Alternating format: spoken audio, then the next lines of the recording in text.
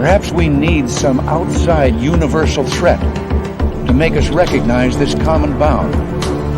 I occasionally think how quickly our differences worldwide would vanish if we were facing an alien threat from outside this world.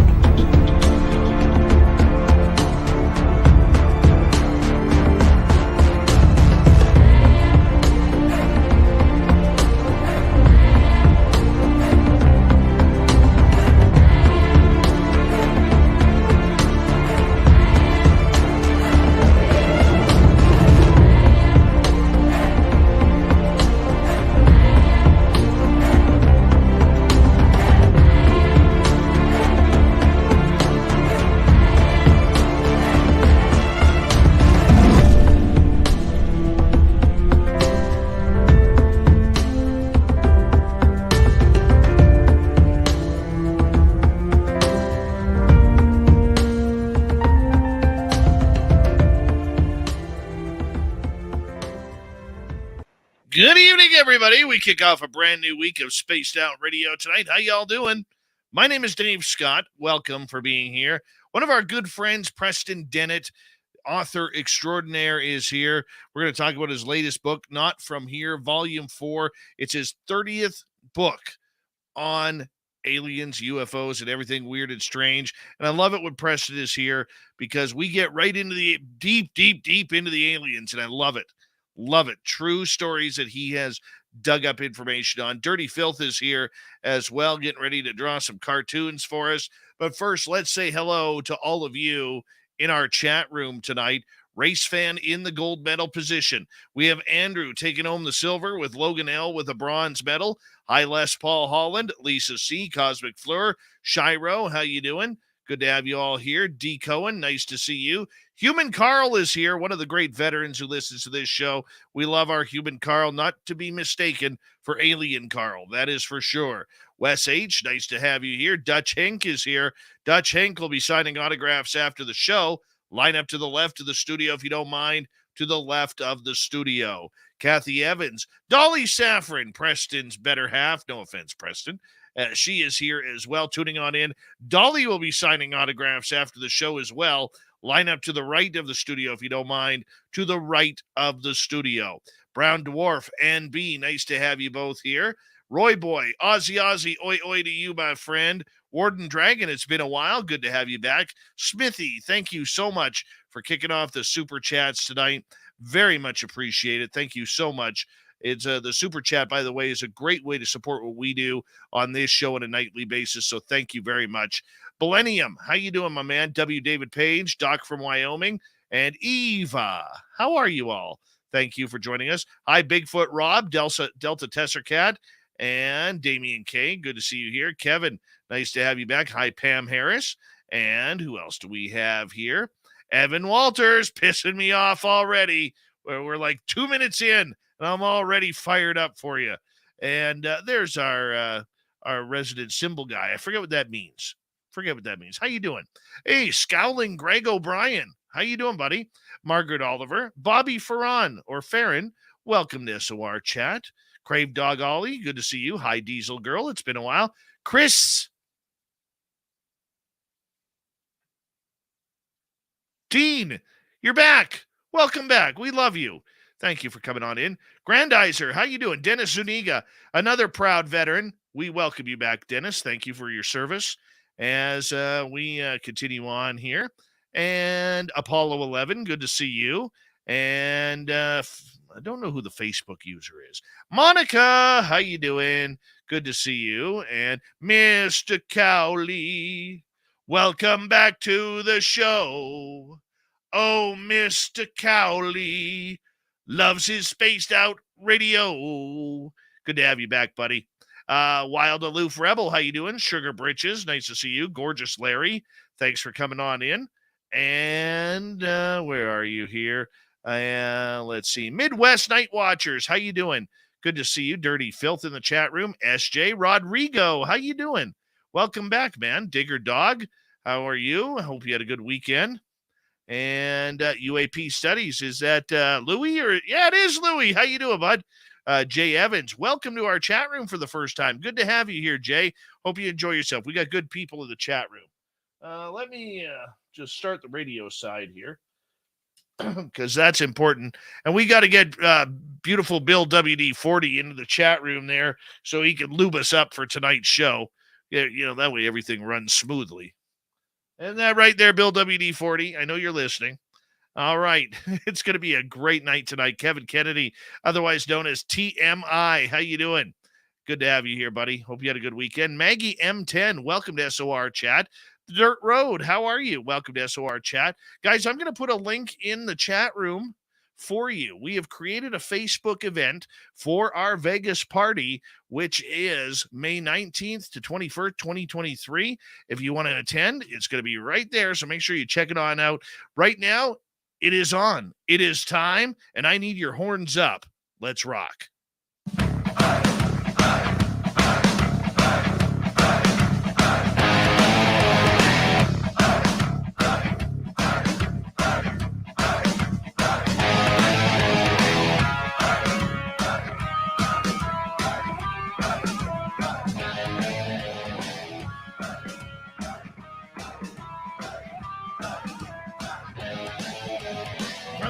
Of snowy British Columbia to you listening around the world, this, my friends, is Spaced Out Radio.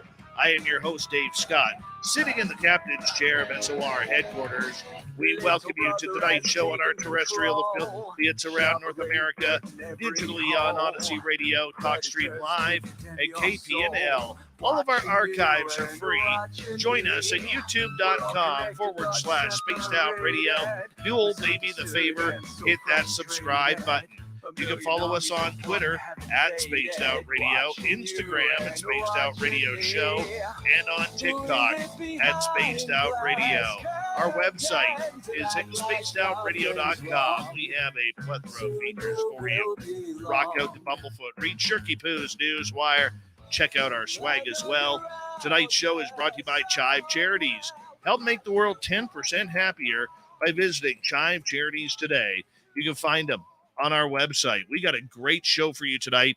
One of the best authors when it comes to all things UFO and aliens, Preston Dennett, is with us to talk about his new book, Not From Here, Volume 4. Dirty Filth is here with the art as well. Then in hour number 3, we're going to head to the swamp. Our resident swamp dweller is back with another spooky story. Tim Senor will return for the UFO report. It's a busy one tonight. And Shirky Poo will have the news. All right, let's get bang on to it. Preston Dennett began investigating UFOs and the paranormal back in 1986 when he discovered that his family, friends, and coworkers were all having dramatic, unexplained encounters. Since then, Preston has interviewed hundreds of witnesses and investigated a wide variety of paranormal phenomena. He is a field investigator with MUFON, ghost hunter, paranormal researcher, and he's nailed down 30 books already. 30 books, including his brand new one, Not From Here, Volume 4, his website, PrestonDennett.weebly.com. If you want to check it on out, I highly suggest you, if you don't have a Preston Dennett book in your UFO library, you're missing out. He is literally one of the best. It doesn't matter who you talk to on this planet when it comes to UFOs. Every single one of us knows the kind of researcher and the kind of person Preston Dennett is, and he is literally one of the best in this field. And we're glad to have him as a friend here on Spaced Out Radio. Preston Dennett, it is always good to have you here, my friend. How you been doing? Oh, how are you doing? I am absolutely great, man. I'm digging out of the snow. Yeah, it's decided. Winter decided to come about a month and a quarter early. The first snow started on Halloween. Then it tapered down. And then the second snow started this past Friday. And it hasn't stopped. We got about 4 or 5 inches. It's real small, dry stuff. It's not good. This snow right now, man, is not going to leave until April. April. I'm not ready for this, Preston. Not ready at all. May as well enjoy it. Winter is just a few days away, so starting early for you. Oh, I feel for you. My friend, you have no idea, and I mean this because I know you don't. Going from California to Georgia, where you are now, Okay. You have no idea the stress that a snowblower that isn't running puts on you at this time of year. I have some idea. I come from Chicago originally. We did move when I was like 6, but I still remember. Oh, well, okay. I'll give you that one. I'll give you that one. My friend, you just pump out these books left, right, and center. I want to just ask you this. I want to ask you a couple questions that I've never asked you before. You Oh, know, you were Preston, when somebody talks about UFOs or ET contact, your name always comes up. And I don't know if you've noticed that over the years, but I sure have. And I think that says a lot about your dedication to this field, your dedication to telling the stories with proper research and everything like that. You know, I know you're an experiencer, your family's is experiencers, but why are you so passionate about bringing the reality of this subject to the forefront of the public? I don't rightly know. I kind of ask that question myself every now and then. I think there's a couple of reasons. I think it's just damn interesting. It's very, very cool to think about the fact that there are ETs out there. Well, here, really. I've always been a huge science fiction fan and really wanted to be a science fiction writer. But when I found out that, UFOs are real, ETs are visiting us, that was far more interesting. When I found out that people I know and love and trust were having encounters, that really hit home. When I started having my own encounters, it just ramped up. I'm really angry at our governments for covering this up. It was a real shock finding out this was all real.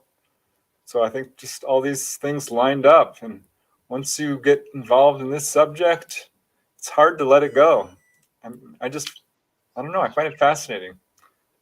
I want to go on board. And I know you want more, and you have a lot more to give this field. And you know what? And to be honest with you, I think we're all better for it. So thank you for everything that you do to get these stories out. Outside of what's happened to you over the years, is there a story that you have been told over the years that it really to this day sticks out to you, like it really hit home for you? Oh, yeah. I run into one of those every now and then. There's a few that just really I never forget.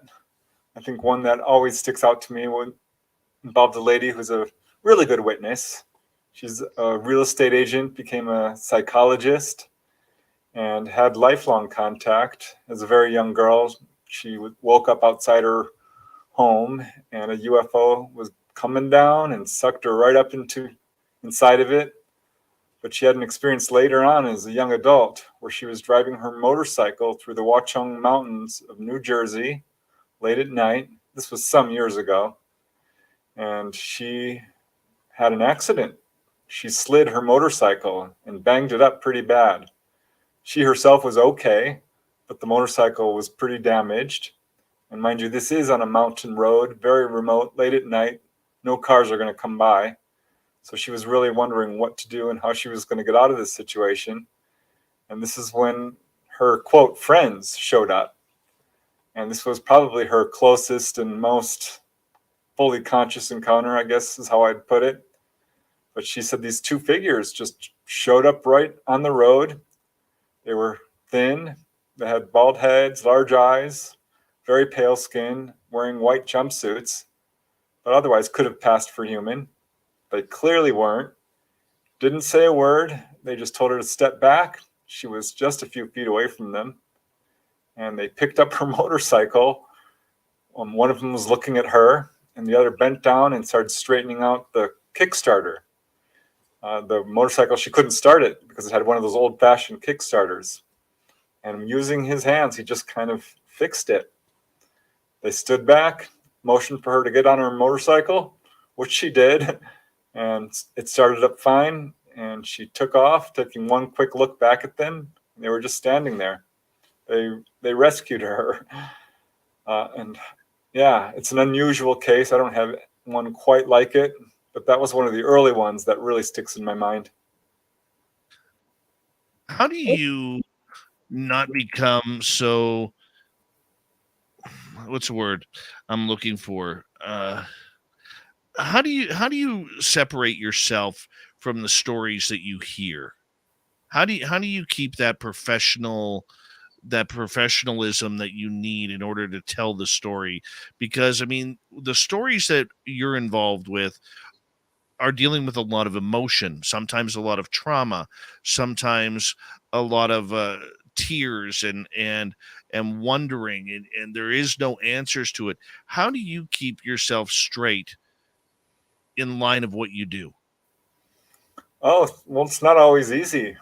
Yeah, I mean, when the witnesses are having a real hard time with it, I have a hard time too. I mean, I had a Marine, a real tough guy, start weeping on the phone when I asked him to describe his encounter with a reptilian humanoid. He started crying, and of course, I started crying too, because I'm kind of an emotional guy. I'm a little bit sensitive to these sort of things. So yeah, it's tough at times, but I just step back. I try real hard to just initially help each person, and I don't want to put my own beliefs or you know what I feel about the phenomena into a person's account. I totally respect it, whether they've had what they believe is a negative encounter or a positive or anywhere in between. This is their encounter, this is their story. So I just do my level best to tell it as truthfully and as honestly as I can.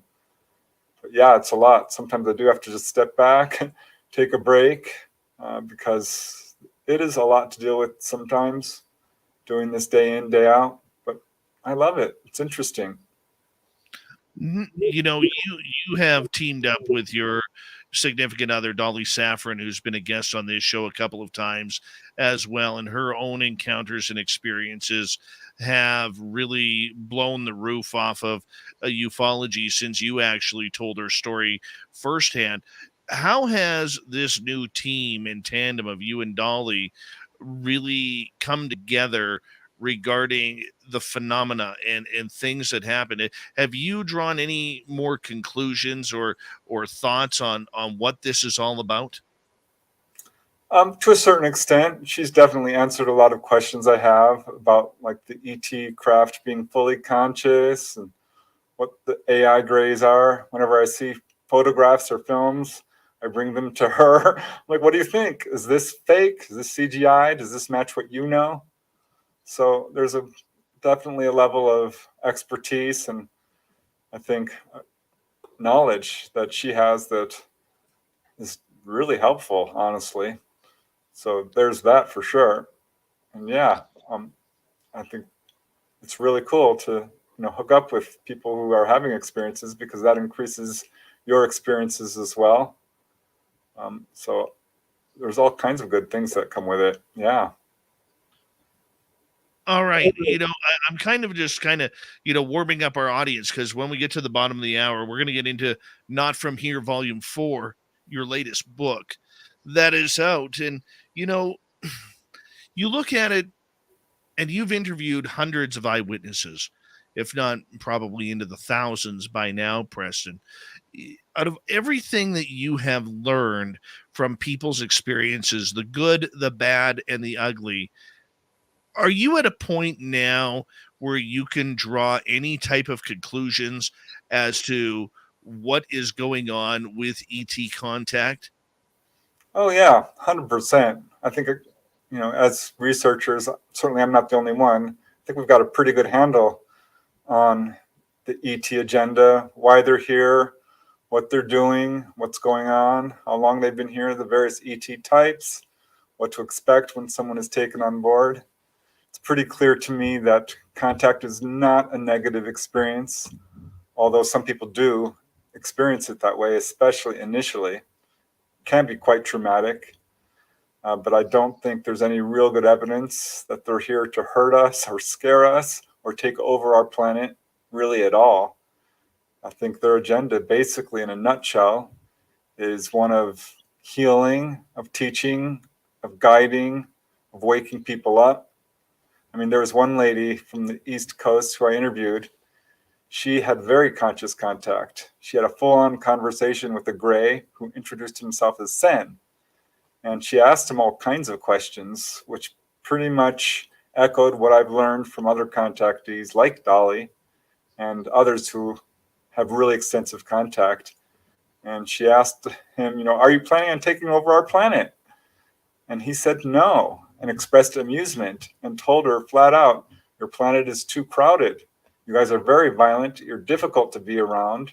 There's plenty other planets in the solar system, or in the galaxy rather. We have no interest in living on your planet. It's not suitable for us. So yeah, I think I've learned a lot by this point, having talked to so many people, that when someone tells me, I've had contact, I would say I can predict a good 80 to 90% of what they're going to say. And each case does have unique elements. You pretty much always learn something when you interview somebody.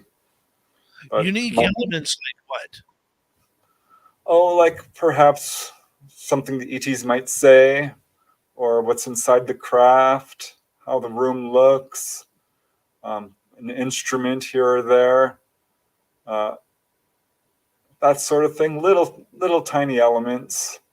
I always get surprised every now and then. So it's still new, but yeah, a lot of what people say is pretty much predictable at this point. I know Dolly surprised me. She had quite a few things.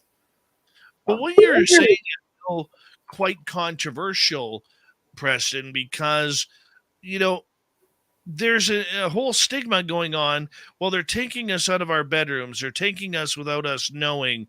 They're taking us against our own will here. I mean, how can that be anything but positive if they're not allowing us to remember what is going on? They may allow a few snippets, a few seconds, even a few minutes. But I mean, there's still a lot of people who will say that there is nothing positive about being taken out of your own room without your knowledge or consent. Oh yeah, and I interview them all the time, and I always ask them, how do you feel about this? And the vast majority of them, I'm going to say 90% at least, will not say that they feel like this is an evil, negative experience. Yes, it can traumatize them. Some people absolutely feel that they've been violated and are being taken against their conscious will. But I think most people who have extensive contact, who face their fear and have started to really recover their memories, start to come around and realize like they're not here to hurt me. Not all of them. I mean, in my book, Onboard UFO Encounters, I would say it's a little bit of a mixed bag. There's a good portion who feel like this is a wonderful experience. They're my friends. I love them. They're like family. And there's one guy who's like, I think they're demonic. He really does. And he's not going to waver from that. And others who feel like it's, mostly positive and was really scary in the beginning. I am not going to, say that people don't have trauma involved with this, because they do. It's very common that people have nightmares, can't sleep unless the lights are on, put double locks on their doors, these sort of things. That is very common, especially in the beginning. And I always walk them through their experiences. And honestly, the very worst I hear is, yes, people are being pulled out of their bed, and they don't always think that they agreed to this. I think on some level they probably did. Usually at some point they realize that. But the very worst I hear is people being physically examined, and they don't like it, especially when they see a big instrument coming towards them, like a needle or something. And it causes a lot of fear. But I don't have any accounts of what I would call outright sadistic behavior or anything like torture or ETs going, I want to hurt you. It's just not there. And what often happens is when you are in complete terror and you're being rendered unable to move, and you're looking at these people who are so different from a normal human as we would think of it, it causes you to make a judgment that I don't like this. This is bad. I'm terrified. This must be a negative experience. But when people get past that, this is when they start having much more positive experiences. And I see this all the time, where they're taken down to the engine room, shown how the craft works. We're taken up to the top of the ship, and they'll turn all the walls transparent and say, look, there's Earth. There's the moon. Would you like to go there? Would you like to go to the control room? We can show you how to fly the craft. They start saying all these things. Here's a good example. One lady I interviewed, her story is in the book Wondrous. She had the Greys appear in her bedroom, and she did not feel any fear at all. And as a result, she wasn't paralyzed. And they allowed her to move around. And they said, we need to examine you. They put this little instrument up and down her body. And they ended up healing her of chronic back pain and ignited the ability in her to heal others. And they gave her all these warnings about how we're destroying our planet, which is a very common theme. So there's a bell curve of encounters and how people react to them. But another person could have that same exact encounter, Greys showing up, and they just lose their minds. I think the problem is our own reaction. And when someone has a strong fear reaction, this is when you are paralyzed. This is when they will suppress your memory. And often it will come back later. But yeah, some people do have a hard time with this. And my heart goes out to them. But they're almost always returned, as near as I can tell. They are not any worse for the wear. Often they are healed. So, I initially did come into this field thinking this is a terrible, horrible thing. They're kidnapping people against their will. They're experimenting on them, doing all these things that without permission. But I don't think that's what's happening now. I really don't. I think this is, and let me put it this way. These are beings who are very advanced. They're very technologically advanced, and I think spiritually, morally advanced. If you have access to any location in the entire universe, you can pick any planet, are you really going to come down to little old Earth and torture and hurt people? They've been around here for millennia, for thousands of years. And we're still here. And the more cases I research, the more I realize, no, they're not here to hurt us. If I could just provide one more quick example. Sure. There's a gentleman from Gainesville, Florida, Jim Law is his name, who had a hard time initially. And Greys showed up again. And by this point, he's like, oh, here they are again. And he says, if you're going to take me, why don't you heal this hernia I have? And they said, and I quote, we know of this condition that you speak of, and we will repair it.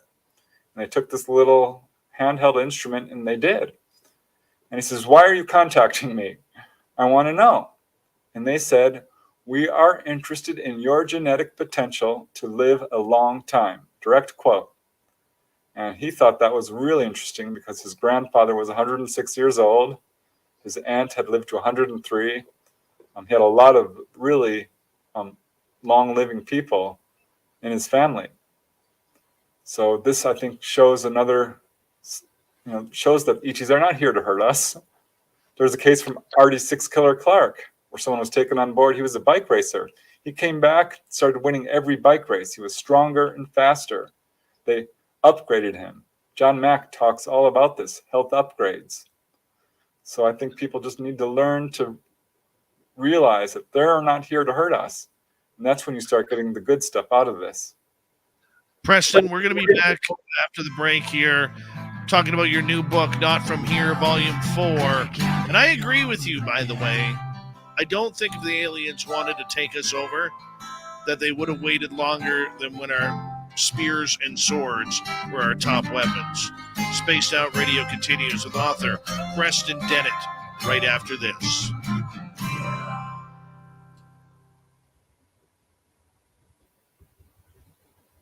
All right, we are clear, my friend.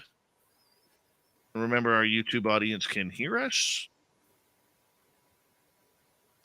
And let's see here. Who else is joining us here?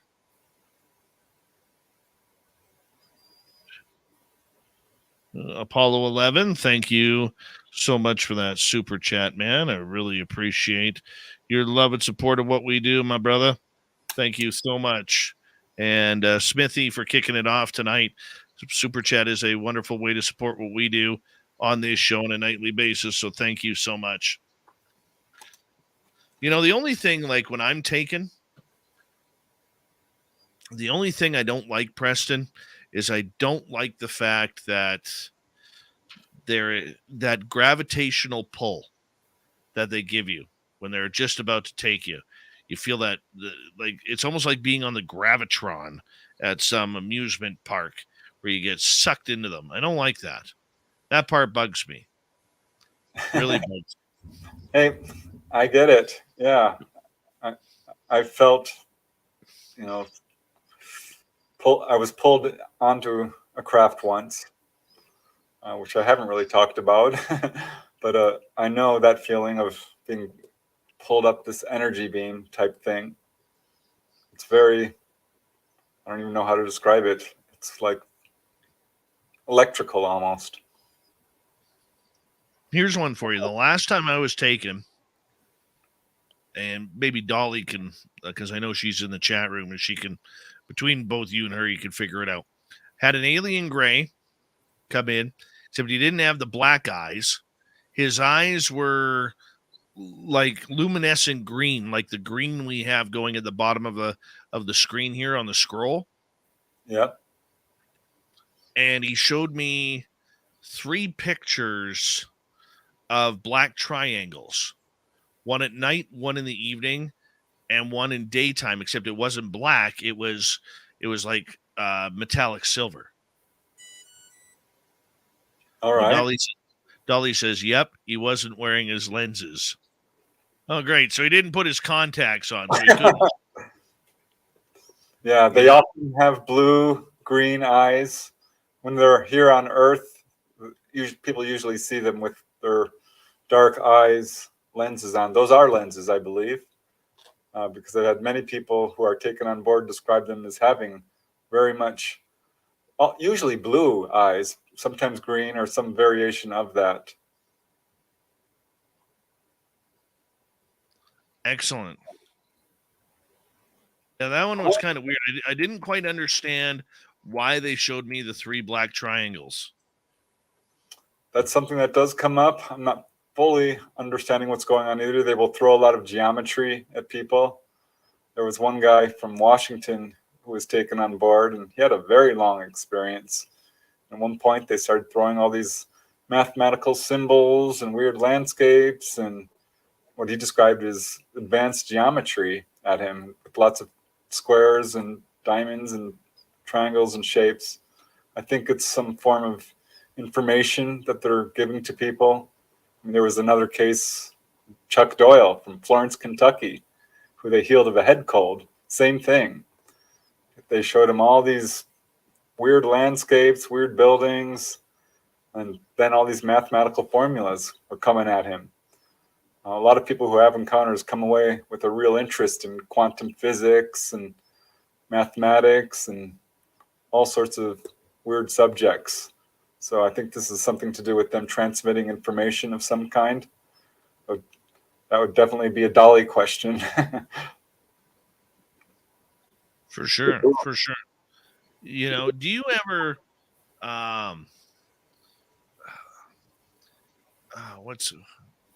I'll save this question for the show. I'll save that question for the show. But oh man, you guys just absolutely amaze me. Absolutely amaze me. You really do. Well, that's awesome. Yeah. Yeah, I get amazed every day by the people I speak with. I just interviewed a guy from Canada who had a really interesting series of encounters. So that'll be out in one of my future books. But I'm just finishing up the transcribing of the interview and writing his story down. It was different. All right. Hey, guys, I'm putting into the link here our Facebook event page for our Las Vegas event, May 19th through 21st, 2023. Add your name to it. If you want to come to Vegas and join us for the SOR fan party, the second annual, it's right there. Click on the link today. Here we go.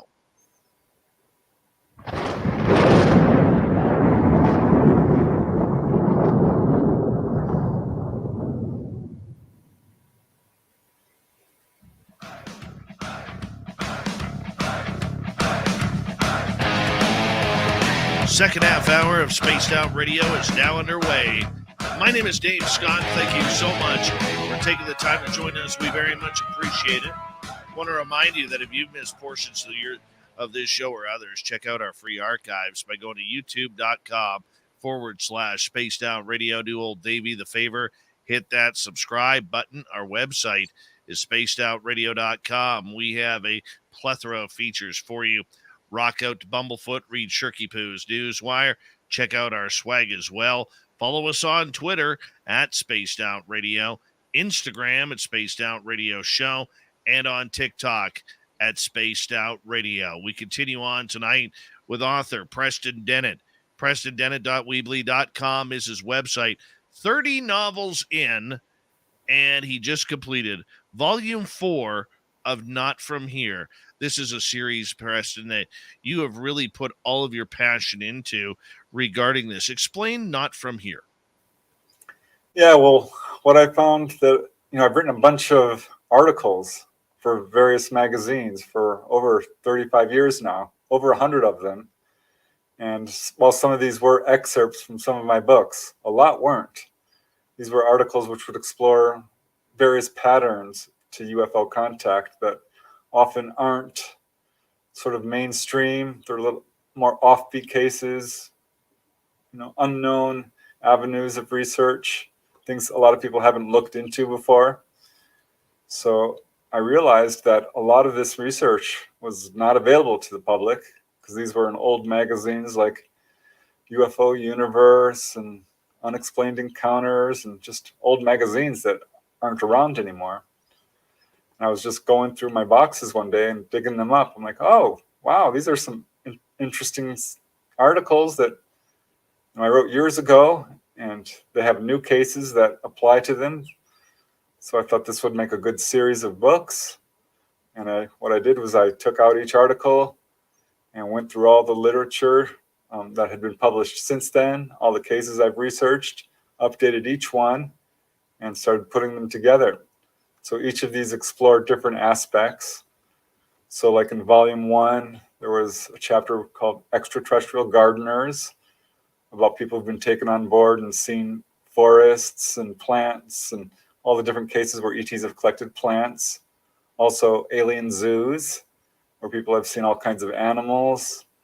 In that first book, there was a chapter called Phone Call from an Alien, which sounds crazy, but I had interviewed this guy in upstate New York who right before he was taken one evening got a phone call on his cell phone. The cell phone did a tone that it cannot do, a ringtone, and he looked at it and said unknown number, and he ignored it, but it kept ringing, and so he answered it, and it was this weird kind of metallic voice which said, the time has come, the time is close, we are coming. And it freaked him out because that night he had an encounter. And this had happened to him before. And when he told me that, I instantly thought of Betty Andreasen, who Raymond Fowler investigated her case. She had that happen. And so did Debbie Jordan Cobble, Bud Hopkins' star witness in the book Intruders. And there are other witnesses that I knew of. Jack Sarfati talked about that. Whitley Strieber had an incident where he had a voice talk to him through his stereo. I have another case just like that in Colorado. So yeah, these are weird patterns of research, like UFOs hovering over graveyards. I found 20 cases, not only hovering, but they're landing, affecting the graves in some cases. There's humanoids being seen, all kinds of stuff over graveyards, prisons as well. This symbol that I'm showing you on screen here, which looks like a diamond with antlers, that came to me after a phone call from Olaf Phillips. And Olaf Phillips had no recollection on his phone that he made the call to me at 3:33 a.m. I'm telling you, there's high strangeness to this field that is often overlooked and underreported. I know the nuts and bolts crowd really kind of shy away from anything that's got to do with the paranormal or spirituality or the psychic stuff, but it's absolutely connected to all this. And I think ignoring it is a huge mistake. So let's get into your novel. You're now 4 into Not From Here. What were you looking for to make this novel a little bit different than the rest? I wouldn't call it a novel, Dave. That means fiction. Just saying. But I apologize. no worries. Well, I still had articles that I wanted to publish, and I try to, with each book, provide a broad spectrum of cases, ones that if someone were to pick up the book, they could still sort of get a pretty full understanding of the UFO phenomena, one that has everything from sightings to landings to face-to-face encounters. I like the cases that, come from way back all the way to the present day, occur all over the world, and just sort of have a broad spectrum of different types of cases. And every now and then I'll hit upon a topic. I'm like, nobody's even heard of this sort of thing. Like one of the chapters in the book is the ET fertilizer connection. And that always puzzled me because that came up with the Betty and Barney Hill case and was never solved. And I started like, I'm going to dive deep into this and see if I can pick up anything else on this. Because there was another very famous case involving an apparent fertilizer connection, the Gary T. Wilcox case in Tioga City, New York, where ETs seemed very interested in his farming and agriculture and actually asked for a bag of fertilizer. So yeah, I started digging deep and I found out some interesting things with that. So I think my specialty in a way is finding weird patterns in UFO research. So I have a chapter on car lift cases as well, which hasn't gotten a lot of attention. I was just about to get into that with you about people being in their vehicles and having their vehicles lifted off the ground. I mean, I don't know if there would be anything more scarier than having some kind of close encounter of the third kind where you're driving along and then all of a sudden your car dies. And the next thing you know, the shaking, the rattling, much like an earthquake, and your vehicle is now on the up and up going into a ship. I mean, I could just not imagine that. Yeah. There are some really strange cases of this kind. I think the first time I ran into that was, of course, the 1988 case involving the Knowles family in Australia. Faye Knowles and her 3 sons were driving across the Nullarbor Plains. This is, again, in 1988. Late at night, driving along. This is a very remote area. And they saw this car being chased by a UFO. It went right by them. And that really freaked them out. So they decided to pull a U-turn and chase after this to see, to investigate, which I think had unintended consequences because this UFO stopped chasing that car and came right for them. So they pulled another U-turn and took off at like 100 miles an hour. But this thing followed them, came right over their car, actually landed on top of their car, which is unheard of. I don't know of another case quite like that. But lifted it up 6 feet and carried it for some yards, not too far, and set it back down. It's a very famous case, so I won't get too into it. It's been very well covered. But that was the first I've heard of a car lift case.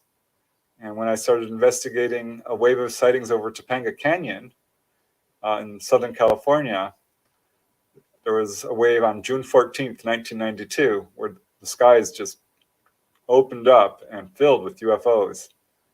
I've got some 30 independent adult witnesses in about a dozen locations in this area who also saw stuff on the same night. And one was a couple, a man and a woman, who called the police because they had a craft following them. They became quite nervous. It was following them through the canyon. And then the next thing they know, it's swooping down about 50 feet over their car, sends down a cone-shaped beam of light and pulls them right up. They did have missing time. I think they were probably taken on board, but were set back down and quite frightened. And that was the second car lift case, but I didn't think much of it until I was writing UFOs over Nevada, and I ran into 3 cases in a row. And that's when I started collecting them. And the first was so strange, I would have discarded it if I hadn't heard of this before. This occurred in 1959. It's the earliest I could find. And that involved 4 teenagers who were driving outside of Tonopah, actually near Goldfield, Nevada. They got mired in the desert sand and decided, they tried to dig themselves out, couldn't do it, and decided one of them was going to have to walk back into the city in the morning. But meanwhile, they just sat in their truck talking. The subject of UFOs came up, and I thought, wouldn't it be cool if we saw one? And it was a short time later that one did show up, came right over their truck, pulled it up out of the sand and set it back on the road. And again, I thought, I don't know. This is crazy. I'm not sure what to think of this. But that's when I started really scouring the literature. And boy, was I surprised at what I found. Over 25 some cases of this exact sort of thing. Did all of them include missing time? No. And that's what's so strange. I mean, here's a case, 1969, Barbara Smythe of Alberta, Canada. She's just driving along. Suddenly there's this craft over her car. She estimates it's about 40 feet in diameter. Comes right over her car. She realizes her car is floating, and she did not have missing time. This thing carried her car for a full mile just above the road, about 2 to 4 feet over the road. Some do have missing time, but not in her case. She has no indication of it. Set her back down. Here's a case, 1973. This is one of the weirdest, I think, of all of these. This involved 2 couples who were at a party in Hattiesburg, Mississippi, I think. And they had left this party because they weren't having fun. Everyone was smoking and drinking, and they weren't into that. So they drove with another couple down the street, and suddenly this object shows up. It's over their car, and it lifts it up and sets it back down. Lifts it up again, sets it back down. And after the third time, the wife is like, honey, what are you doing? He takes his hands off the wheel. He's like, it's not me. And that's when they look up and they see this object right over them. And it lifted up their car and set it down at least a half dozen times. So I don't know what's going on inside that UFO, but I have to think this is some kind of display or intentional behavior of trying to get noticed. I did actually ask Dolly about this. And she said, yeah, that's pretty much exactly what they're doing. It's a very dramatic way of announcing their presence. Yeah, I mean, you think they'd be a little bit more polite, at least fill you up with a tank of gas or take you to your destination of choice after that. Yeah, well, there is a case in Argentina involving 2 car racers. This is one of Argentina's most famous cases, actually.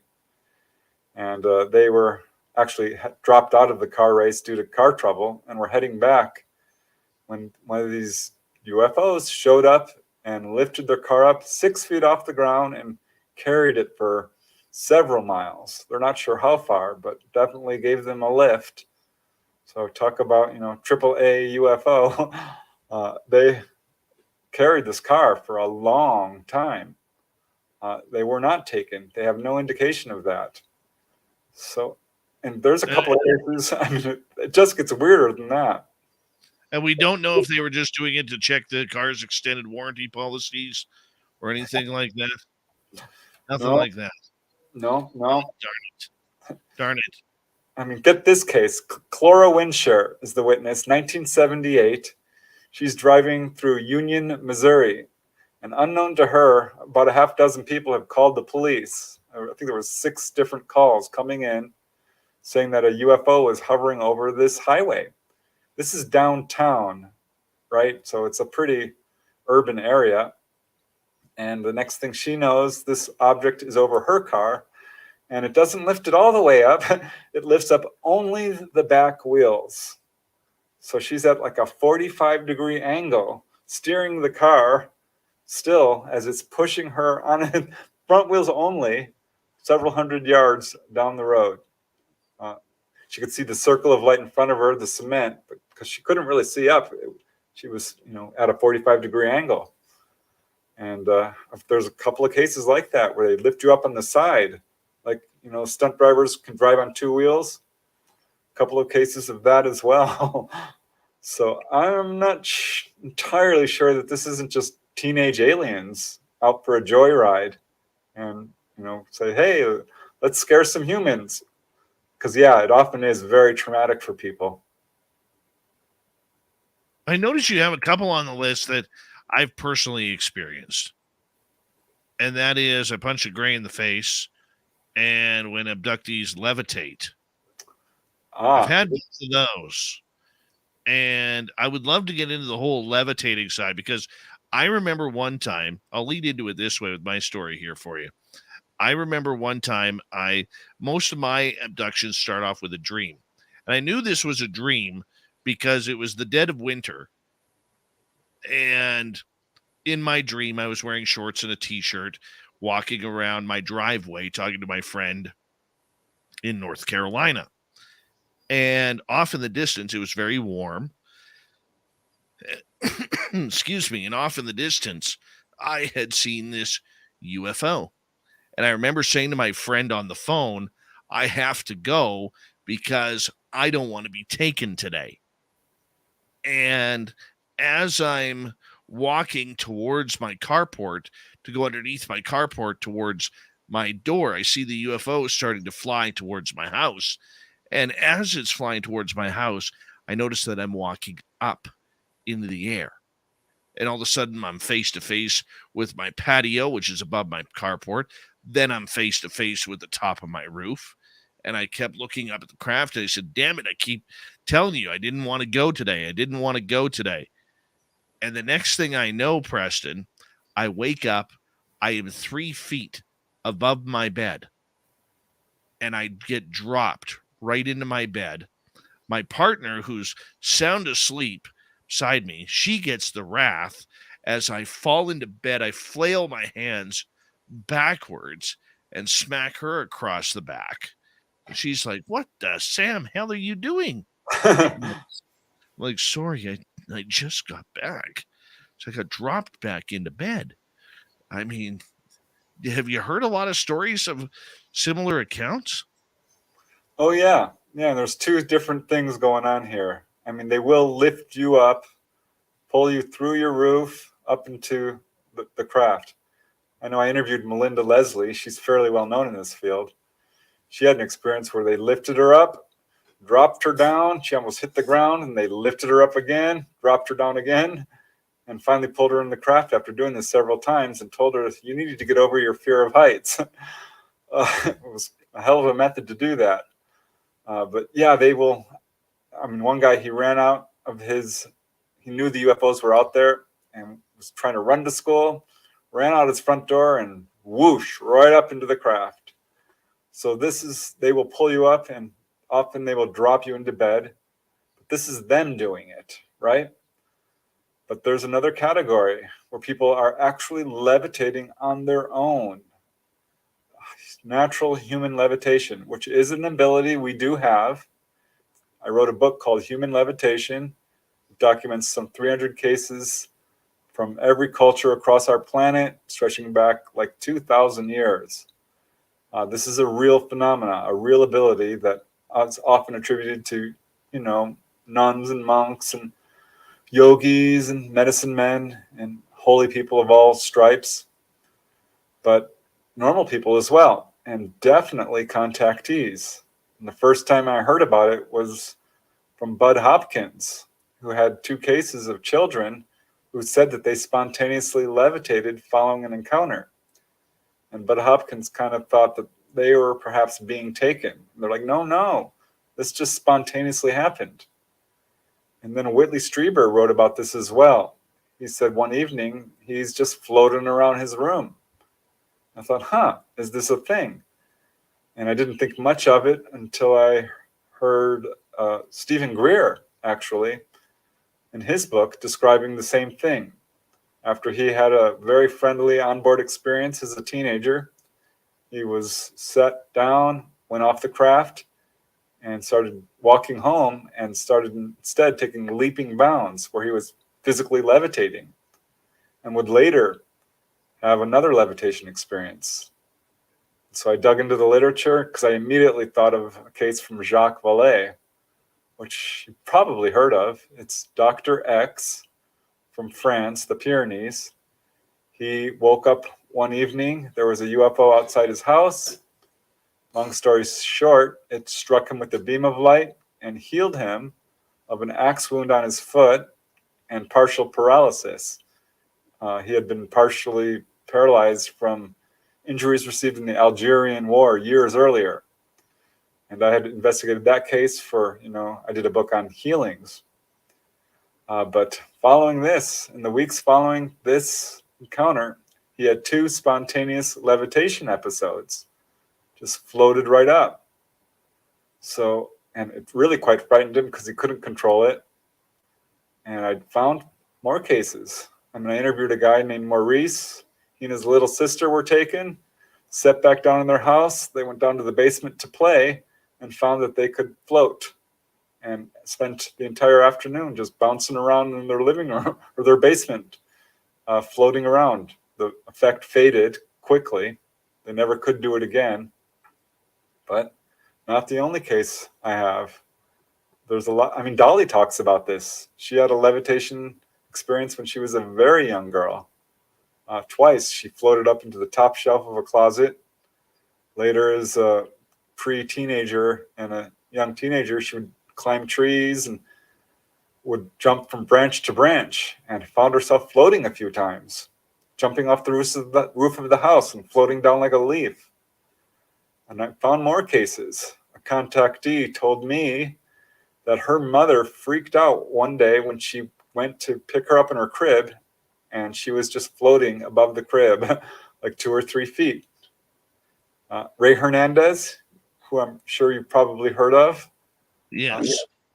I told him about this. He's like, oh, I'm really glad you brought that up, because his friend, Albert Fernandez, a contactee from Florida, had that experience as well. His wife woke up, and there he was, just like you described, floating 2 or 3 feet above the bed.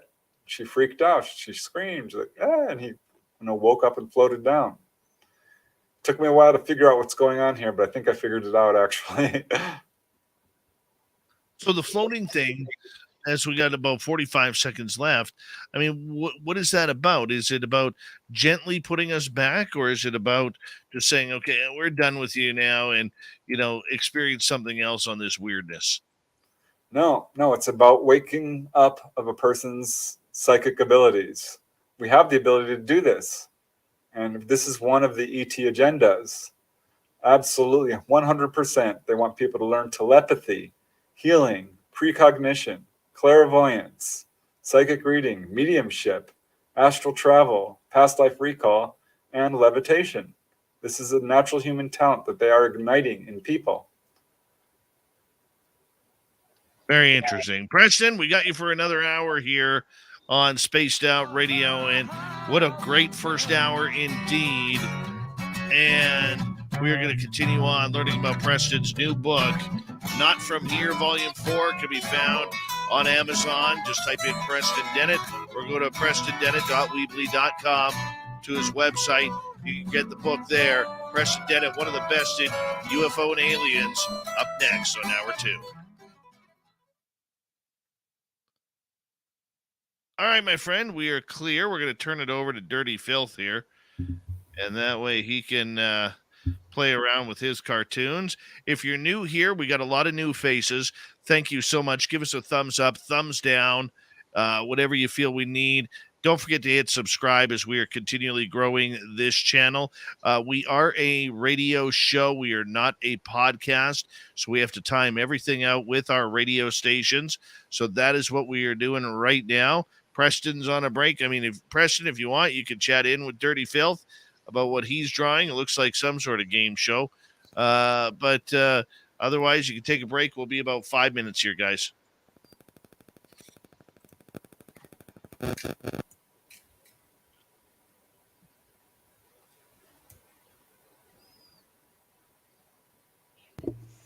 Oops, I was on mute. What the hell? Hi, Preston. How's your night going so far? It's going pretty good. Yeah, love the drawing. I've been getting into art myself. My sister-in-law does a lot of the illustrations for my cases, but she's very busy. So sometimes I illustrate it myself. It's a lot of fun. I have big respect for people who have the patience to do art because it's not easy. Well, usually when you're pretty good at something, it's kind of easy. It just kind of goes through you. And then when you don't have the natural gift for it, like to be able to play guitar, but I can't do that. So I always think that that's extreme talent. And everyone says that drawing cartoons is talent, but I just feel it's just second nature. So I'm rambling here. I apologize. Hey, if you're doing something you enjoy, it definitely makes it easier. Definitely. But watercolors, I've tried working with watercolors. They're the hardest. Pen and ink, that's my medium. Or Pen and ink pencil. is good. I enjoy watercolor because it just, to be honest, it feels like it's cheating because you can just kind of put the color wherever you want it to go. And it just kind of makes the human eyeball work itself. It does all the work. The human eyeball does all the work with the watercolor because I can't explain it. It's basically magic is what it is. So that's the best way to explain it. Watercolor is just really, it's interesting because you can, it's kind of like oil, but you have a sort of a finite time to it, unlike oil paints. But then again, I'm not well versed in oil paints. I just enjoy my watercolors because, like I said, it feels like it's cheating. Like you can get a lot done, and it looks nice, and it's the exact color and everything that I'm looking for.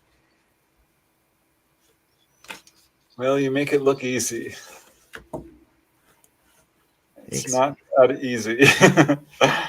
I've watched my sister-in-law do it. She's really good. She's been doing it since she was a little kid. And it's funny when I sit her down with a person who's having experiences, and she talks to them and works like a police sketch artist, sort of forensically, to try to get their experience exactly. And it's really amazing when she's successful because the person who's had the experience, their eyes start to go wide, and as the picture gets completed, they tremble a little bit, and often they'll break out into tears, like, oh my God, it's exactly what I saw. It's amazing. Now, if only we could bring cameras on board UFOs. We wouldn't have to Definitely. draw. Every time they bring someone on board, they got the security guys there. Make sure you grab his cell phone. Sorry. They probably got some kind of thing like that. Yeah, I don't know any cases of anyone who's photographed the inside of a UFO. It's not going to happen. I talked to Dolly about that. There's reasons. It's not like you can steal a pen or something off the front desk. Because I'm not going to lie, if I was on a UFO, I'd totally steal a pen if it was on the front desk. I'd sneak it in my pocket. No, don't even try. They will kick you out. The first guy who was on one of the first recorded cases, Antonio Villas-Boas, tried to take this clock-like thing. It's not a clock, but it looked like one. They pushed him over, took it back, and escorted him right out. You might get away with it if you ask for something, because people have been given little things like stones or crystals or, biological materials of various kinds, food or seeds or stuff like that.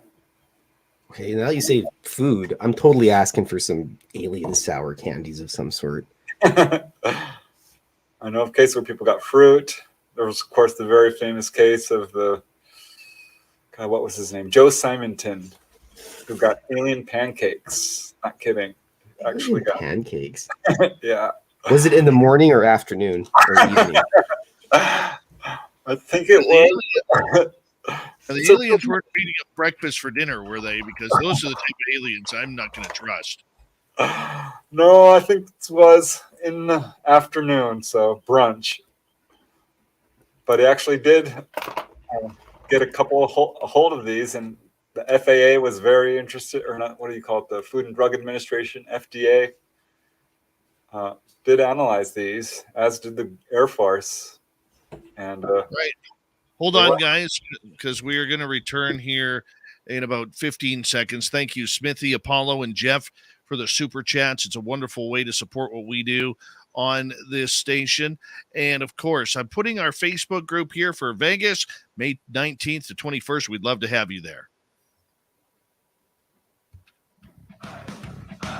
You're listening to Spaced Out Radio with Dave Scott. Follow Dave on Twitter at Spaced Out Radio. And on Facebook, Spaced Out Radio Show. Hour number 2 of Spaced Out Radio is now underway. Thank you so much for tuning us in. We very much appreciate earning your listening ears wherever you are on this beautiful planet we call Earth. Hello to everyone listening in on our terrestrial affiliates around North America, digitally on Odyssey Radio, TalkStream Live, and KPNL. All of our archives are free. Join us at youtube.com/Spaced Out Radio. Do old Davey the favor, hit that subscribe button. The Desert Clam has set the password for tonight in the SOR Space Travelers Club. Harmonometer. Harmonometer is your password. Use it wisely, Space Travelers, as the Clam sets the password each and every night right here on Spaced Out Radio. Our website is spacedoutradio.com. We have a plethora of features for you. Rock out to Bumblefoot, read Shirky Poo's Newswire. Check out our swag as well. Follow us on Twitter at Spaced Out Radio, Instagram at Spaced Out Radio Show, and on TikTok at Spaced Out Radio. We continue on tonight with our good friend Preston Dennett. PrestonDennett.weebly.com is his website. You can get all of his books there or on Amazon. We're talking about his latest book, Not From Here, Volume 4. I mean, this is just an incredible book. Definitely a series you want to add to your UFO collection. Preston, thank you so much for joining us. Hey, always a pleasure. Now, right before the break, we were talking about when abductees levitate, but I got to get into this one with I punched a gray in the face. I mean, look, I know humans are violent at times, but I mean, in the stages of fear that many people would be having during these encounters, I got to assume there's a lot of these situations happening where people have taken shots and swung at their extraterrestrial counterparts. Oh, yeah. Yeah, people have shot at UFOs. I did a chapter in an earlier volume, UFO shootouts, which doesn't usually go well.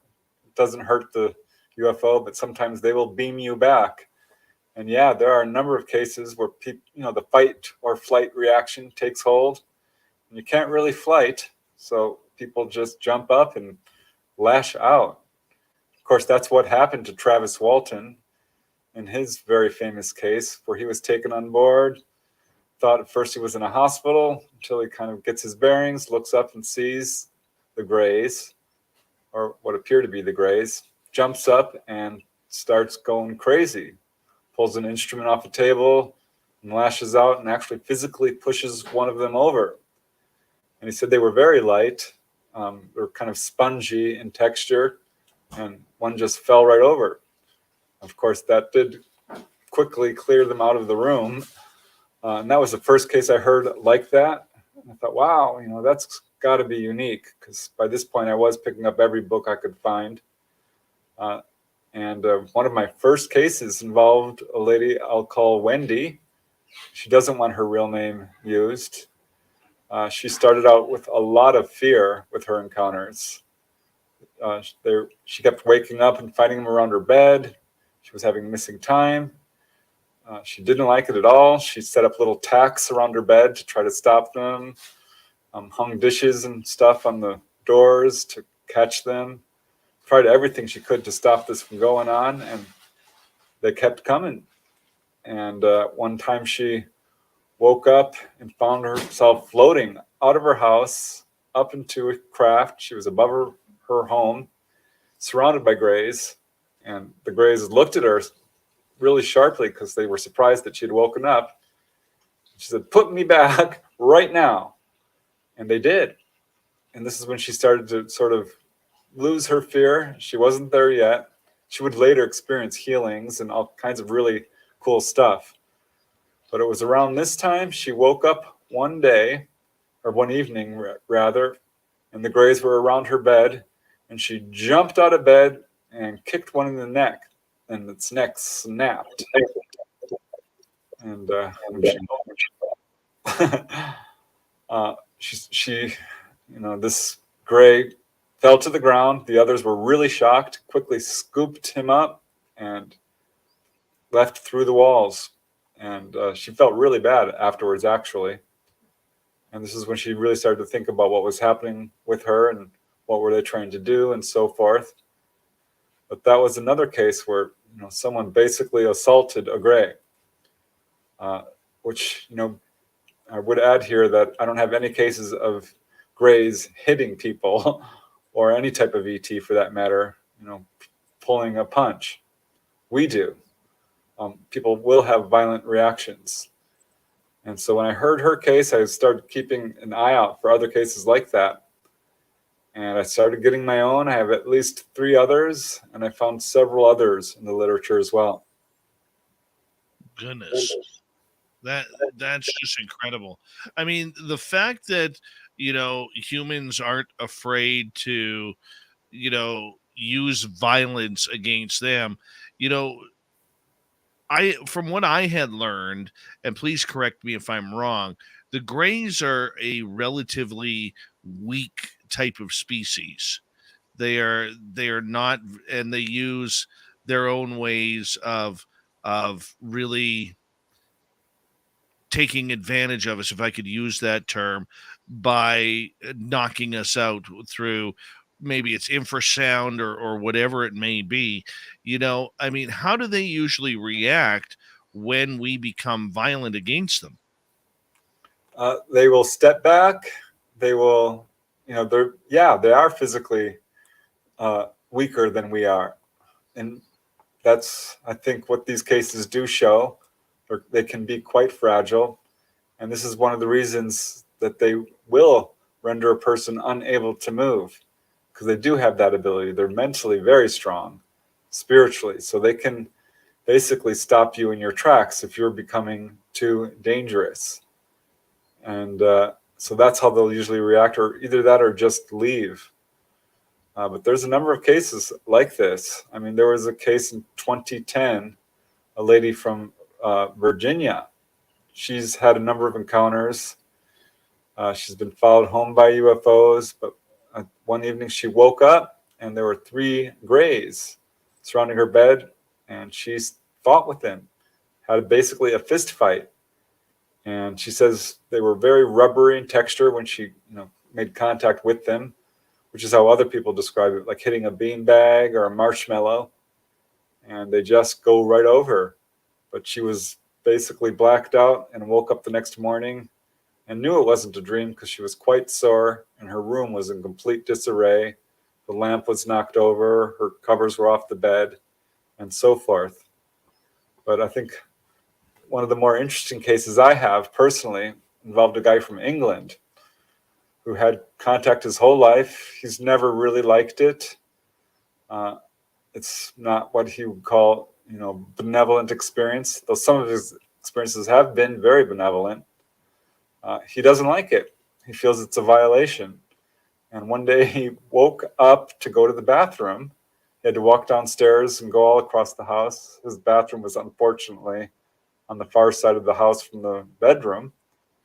And as he goes downstairs, he sees this gray standing in his living room. And this had happened before, and he got knocked out. So this time he ran right up to the gray and grabbed it around the neck. And he says he couldn't believe it was happening, but this gray just kind of stood there, and its arms started going around like windmills, and it was screaming in his head, let go, get off me, let go. And he said it felt cold, firm, and leathery in texture. And he didn't know what to do because he had, he was in control at this point. It was tables turned.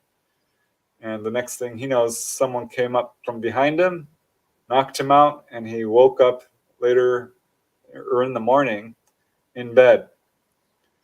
At this point, they had lost the ability to paralyze him for some reason. They just couldn't do it. He could always sense when they're coming because this weird energy would fill the room. And one evening, not long after this, he wakes up because he can sense them in the room. So he waits until they're standing right next to the bed, pulls the covers off, jumps up, and smacks it in the face. And he says they look like cute little grays when they're standing there. But when he hit this thing, it opened its mouth wide and hissed at him. And it revealed all these tiny little teeth. And I asked him, what did the teeth look like? He said they were tiny, sharp, little pointed teeth. I'm like, yep, I've heard that from other people. I asked Dolly about that. She's like, yeah, they do have small, little, sharp teeth, a lot of them. So that was the last time he was able to do that. But his experiences, that's a good example of a case that feels negative, but at the same time has positive elements. Because I asked him about that. I'm like, have you gotten anything good out of this? He says, well, I'm actually really good at out-of-body experiences. I have them nightly. I've been all over the place. And he has constant precognition, both he and his wife. Once he was taken on board and he woke up and he was standing between two grays and they were taking him home. You could see the landscape and he's just watching the view and enjoying it for a little while. Finally decides he's going to announce that he's awake. He says out loud, all right, lads, really loud. And the grays jerked, and one of them jumped up and started running in circles in a complete panic. And he says, don't worry, I won't hurt you. You don't need to fear. I will not hurt you. And the other gray turned around and says, you promise? He said, yeah, I'm not going to hurt you. And the gray said, okay, we've never had anyone wake up before. This is the first time. And he asked, well, why are you taking me? And they said, well, we're not allowed to say. He says, will you let me remember? And they said, no, we can't. We're not allowed. But they did. He feels that they allowed him to remember this incident because he reacted so well. So yeah, his case is a little bit of a mixed bag, but he definitely hit one in the face and said it just, his fist went right in, all spongy and marshmallowy and rubbery. I remember one time when I was taken and I woke up and I was standing and there were 5 of them around. They were about 5.5, 6 feet tall. And I remember hearing the one say, oh crap, he's awake, he's awake, he's awake. And there was one standing right in front of me. And they were holding down my wrists, but they're not strong. And I'm left-handed. And I got my left hand free and I punched the one right in the chest in front of me. And it went flying back. And it felt like, how would you put it? Almost rubbery. Like a soft rubber I don't know how to explain it. The next thing I know, I was out. I was right back out again and woke up the next day. And that's the only snippet I have from that is hitting that one right in the chest. It's a good example of exactly what I'm talking about. I think in a lot of cases, these are the smaller AI which is why they feel somewhat rubbery, because in effect they are partially, not fully biological as we would think of it. Can't say for sure because, each case is unique and I wasn't there. But yeah, I keep hearing about this. There was one guy I interviewed. His name is Tim. He's a sports instructor, a former bouncer, a strong guy, and had lifelong experiences, was having missing time. Took him a while to put things together. And once had an experience where he basically woke up on board a UFO. He's on the table, laying there, and there's nobody around. And his paralysis is lifting. And then suddenly he has freedom of movement. So he jumps off the table. He's looking around. He's wondering what to do when the Greys come rushing in. And he panicked and immediately just punched one down. And another one came and he punched that one.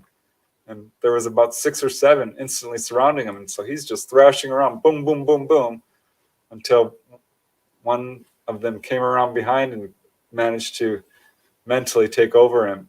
And he blacked out. Next thing he knows, it's morning. He's waking up and his arm has got a big old sort of bruise on it, or a cut.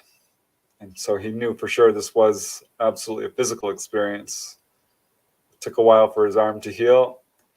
And that's another case of people who are getting a little bit violent with the Greys. But again, they don't punch you back. They will just render you paralyzed and say, okay, this person's having a strong fear reaction. Time to take them home.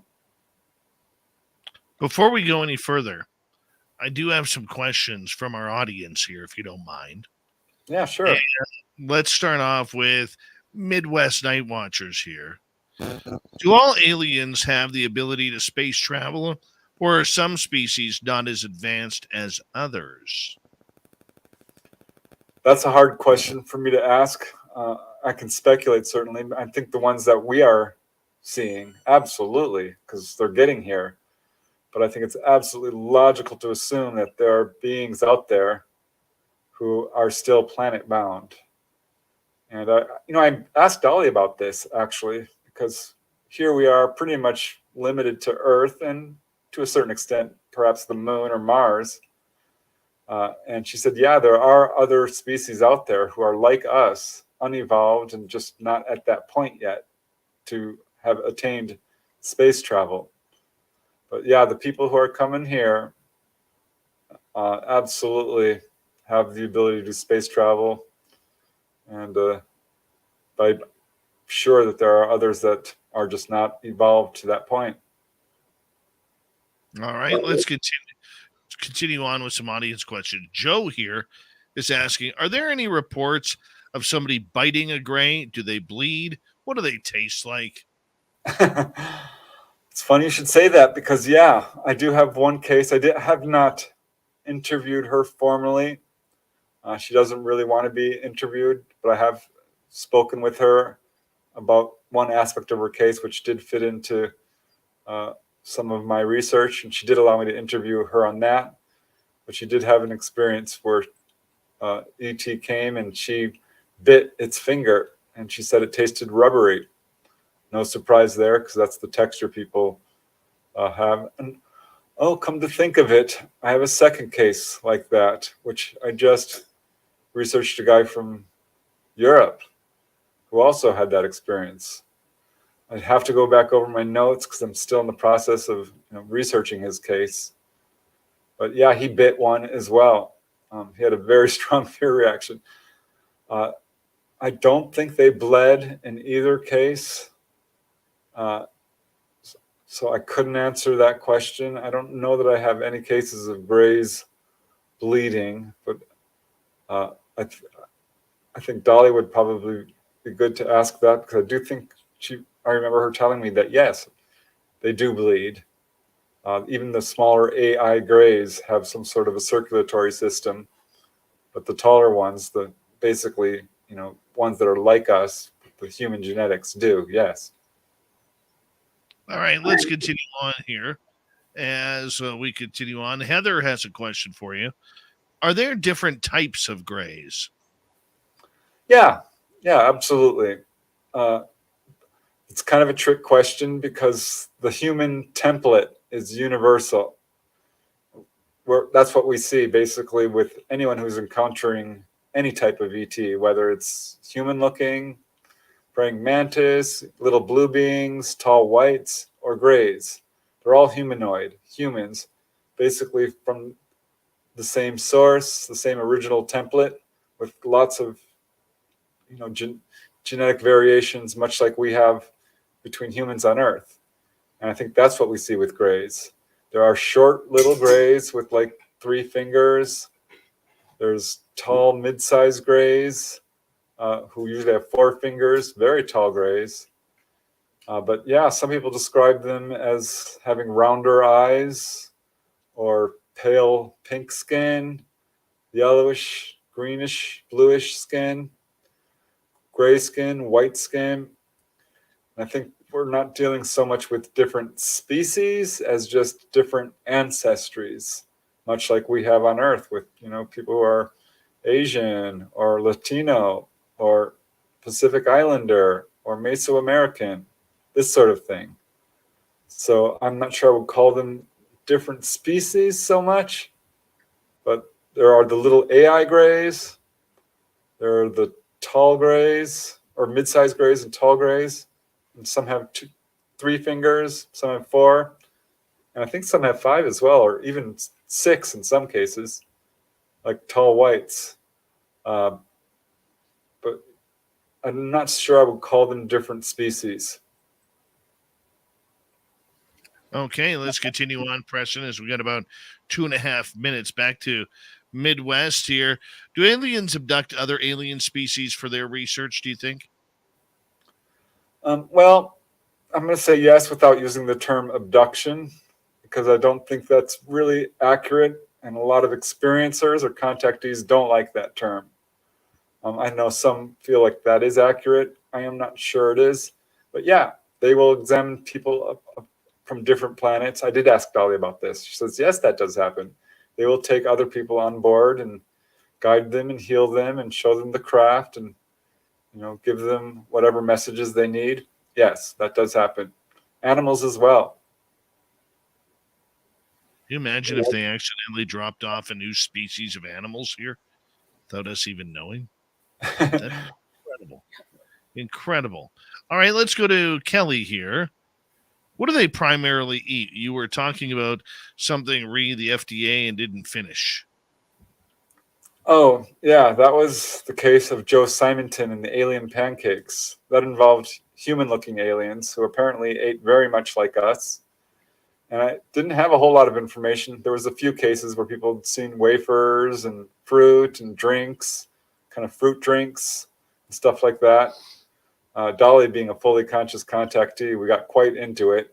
And she said, oh, yeah, they eat pretty much like we do. A lot of protein, fish, chicken, this sort of thing.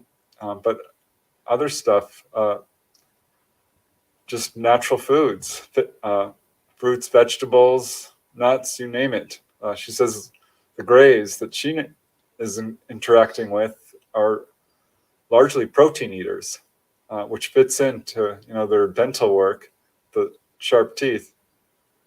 But yeah, I've heard very little about that from contactees. That's why I really enjoyed Dolly's case, because I didn't have a lot of information about that. There are some cases where we've had crash retrievals where they found food tablets and wafer bars, according to whistleblowers. So there's not a whole lot of information on there, but it's near. Well, there's another guy now that comes to mind. He was a Navy medic. He was taken on board by praying mantis, and he asked him, "What do you eat?" They said, "Fruits and vegetables and fish." He's like, "You're not going to eat me, are you?" And they said, "No, you watch too many horror movies. We have no interest in eating you." We got another half an hour with Preston Dennett here on Spaced Out Radio. His new book, Not From Here, Volume 4, can be found on Amazon or PrestonDennett.weebly.com. Your questions and more experiences from Not From Here when we return on Spaced Out Radio.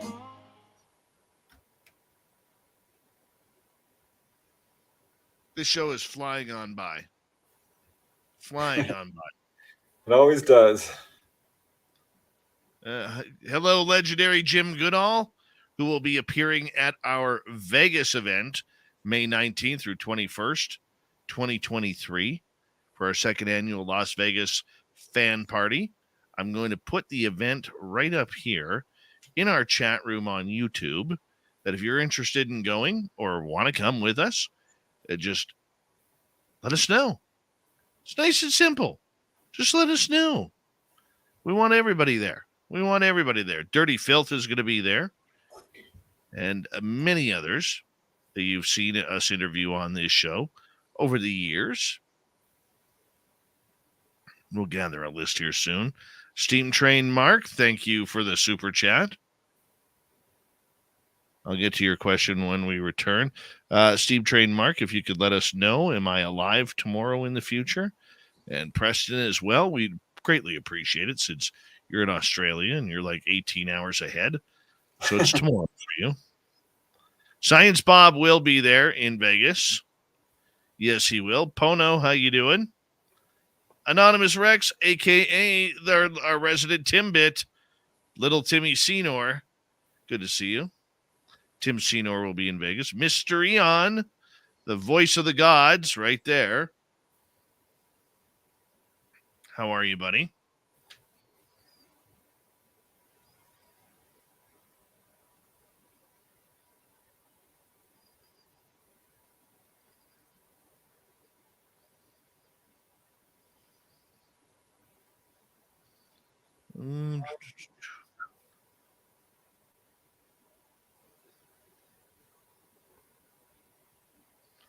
What a great night. Great crowd.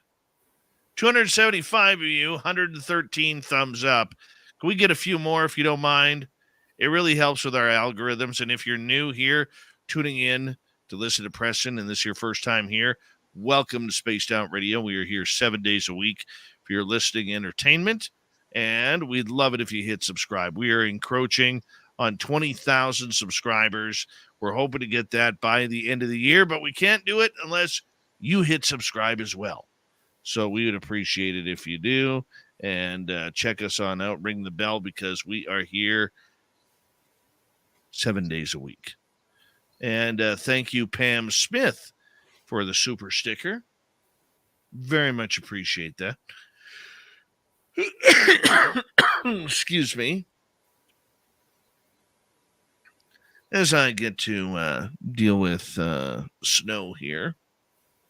I hope none of you are snowed out at the beginning of November. I really hope not. Dirty Filth isn't yet. Do you have snow yet, Filth?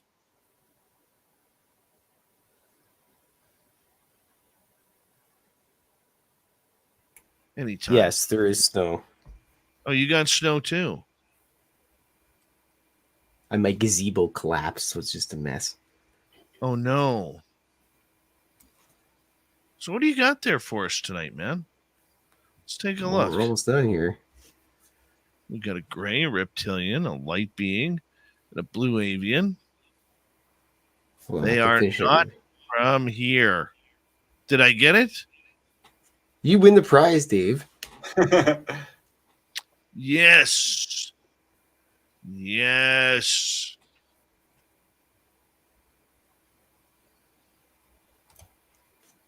You know, Preston, if you can get me your mailing address, I'll send this to you. Oh, wow. And stick it on your wall and tell people about it. Awesome. Yeah. I will text it to Dave, if that works. That would work. I don't mind passing on stuff for Dirty Filth like that.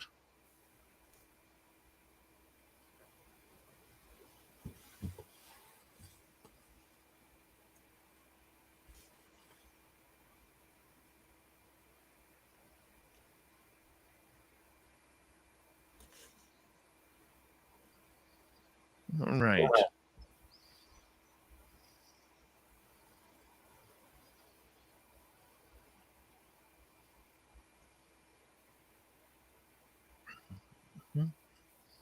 Where'd you go there? Steam train mark. There it is. All right. We got 18 seconds. Thank you to Pam, Mark, Jeff, Apollo, Smithy, Jason Gibbons. Thank you so much for the super chat. It's a wonderful way to support what we do on this show on a nightly basis. Head to our group. Learn about Vegas. We want to see you there. Here we go.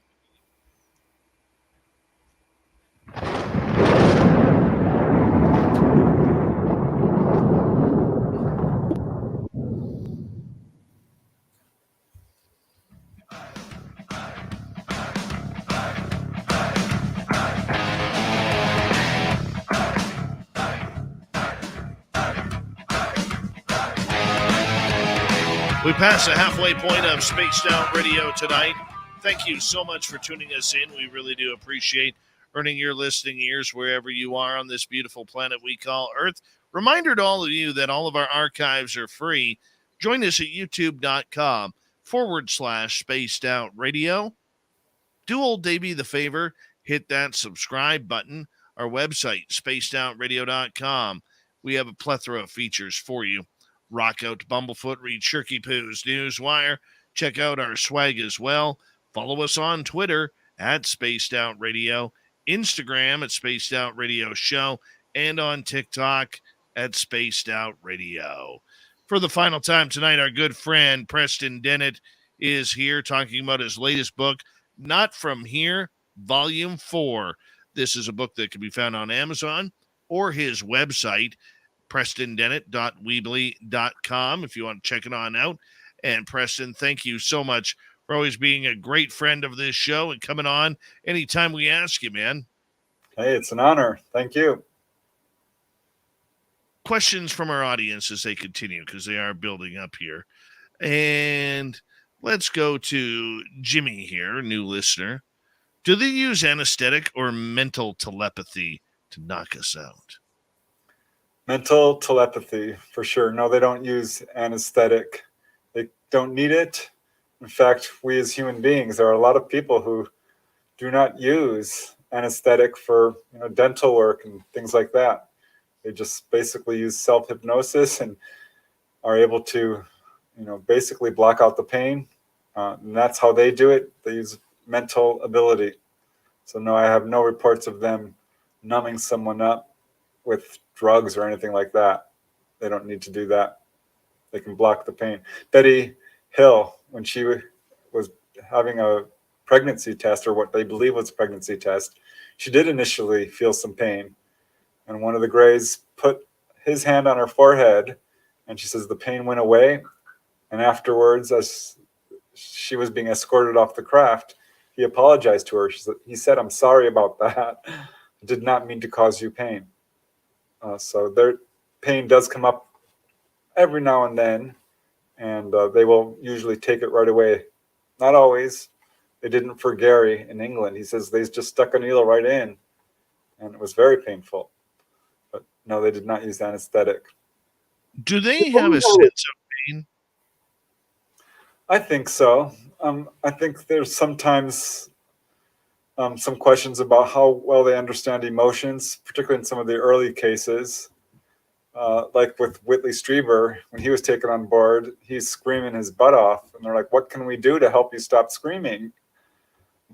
So I wonder just, how much they realize how deeply fear and, pain and stuff can affect us. There was another guy, a case from Constance Clear in Texas, who was taken on board. And he was greeted by a female Grey. She's like, "My name is Nelda. I'm the highest ranking female on this ship. I just wanted to thank you for working with us. And aren't you happy?" And he said, "No, I'm mad as hell." And she seemed puzzled by that. She said, "What's mad? What's hell?" And he went through this whole explanation of it. So I think, they're people. They're learning about us as we're learning about them. But I think they absolutely, do understand how people, when someone's experiencing pain, they will relieve it. Yeah. See, one of the things I don't understand, Preston, is if they've been coming for thousands of years, and I think you and I both agree on that, because the evidence and the recordings from hieroglyphs to what we see since writing took over the world, and we've read and we could track this stuff. After taking so many people, why in the heck are they still doing this? This is what doesn't make sense to me. I mean, they've taken millions.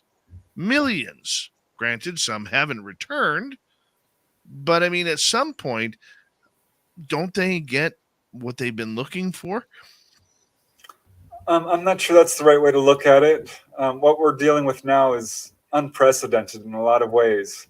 Because before, say, the modern age of UFOs in 1947, yes, there were onboard experiences, but nowhere near at the level we have since 1947, coinciding exactly with the atomic age, coinciding exactly with the basic destruction of our environment, the weakening of our magnetic field, gamma radiation coming in.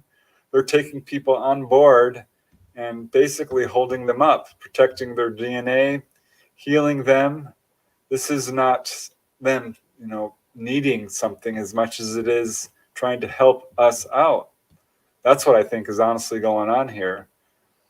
They're not doing any special projects of creating a hybrid race to take over our planet at all. That's not it. It's them coming down because we're at a point where we're facing an existential crisis and we need help. And short of taking over the planet and doing everything for us, which they can't do for a number of reasons, which they've explained to contactees. They've said flat out, we can't do that. There's karmic laws. You have to solve your own problems. Taking over and healing everybody is not going to help us. We have to be responsible for our own actions. And they know that. So I think what they're doing is just helping to the degree that they can. And that involves taking a lot of people on board. This is unprecedented in human history. We don't have any records of millions of people being taken on board like it's been happening over the last, 75 years or so. Makes sense. All right, let's move on to another question from our audience here, and this one comes from Space Exposure. Have you heard any reports of the taller hooded nose grays or hooked nose grays? Well, you do get a lot of descriptions. I don't hear a lot of cases of ETs with big noses for whatever reason. Certainly there's so many different types. I will say that most of the people I talk to describe some variation of the grays, and usually their noses are quite small. But there are cases of ETs who do have larger noses, human-looking ETs, short blue humanoids. There's a couple of people I've talked to who've seen very tall beings who did have larger noses. There was a guy from, Ontario, Canada, who had an encounter on Wasaga Beach with 9 to 10 foot tall beings who he said, had very large eyes, somewhat large noses, thick lips, very human looking in a lot of ways, except their skin was very thick and wrinkly and the face was much too large. They were far too tall to be human. But as far as grays with big noses, no, I can't say I have any cases personally like that, nor can I think of any offhand. I'm not going to say there aren't any, because I bet you if I dug in, I could probably pull a couple out there. But no, that's definitely not what I normally hear. All right, let's continue on here with Preston Dennett. Let's go to Midwest here. Do you think our secret space program have taken aliens from their planets for research? Do I think our secret space program has taken aliens from their planets for research? No. I am not sure that there is a secret space program in the way that people are describing. Certainly not people living on Mars and things like this. I have no evidence of that really at all. So no, I could not say yes to that. All right, let's continue on here with Preston Dennett here. Let's go to Brown Dwarf, who is asking, you mentioned some eat lots of protein. Would that have anything to do with mutilations and abductions of cows or people? No. Remember, we're dealing with a species that's highly advanced and does not need Earth for resources. And if you look into the abduction phenomena, and I have, because I wrote UFOs over Colorado and New Mexico, which are the hardest hit states in the United States. And I think abduction, the cattle mutes are happening, but it's not the ETs who are doing it. I honestly think it's government. And it's not just me, it's some of the major mutilation researchers absolutely agree with this. I would point to Gabe Valdez, who's really one of the leaders in this field, or in that aspect of it. And he ultimately decided it was government. And I know people are going to say, well, UFOs are showing up in some of these cases. Well, we have reverse engineered craft to a certain degree. And I think probably that's what's going on here.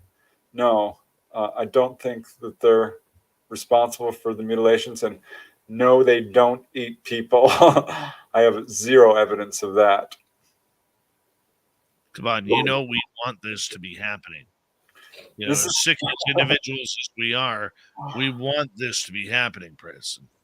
It's just fear-based thinking. We as a species are just terrified all the time. We've been trained to fear. Look at the media. They just love a scary story.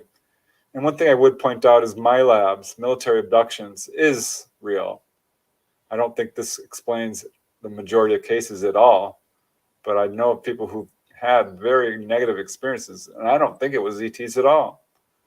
I think this is a carefully orchestrated program by our secret governments, call them what you will, the cabal, the military-industrial complex, very high levels within our military, who are putting forth this alien threat narrative and using all they've got to convince people that ETs are bad. And that includes this cattle mutilation stuff.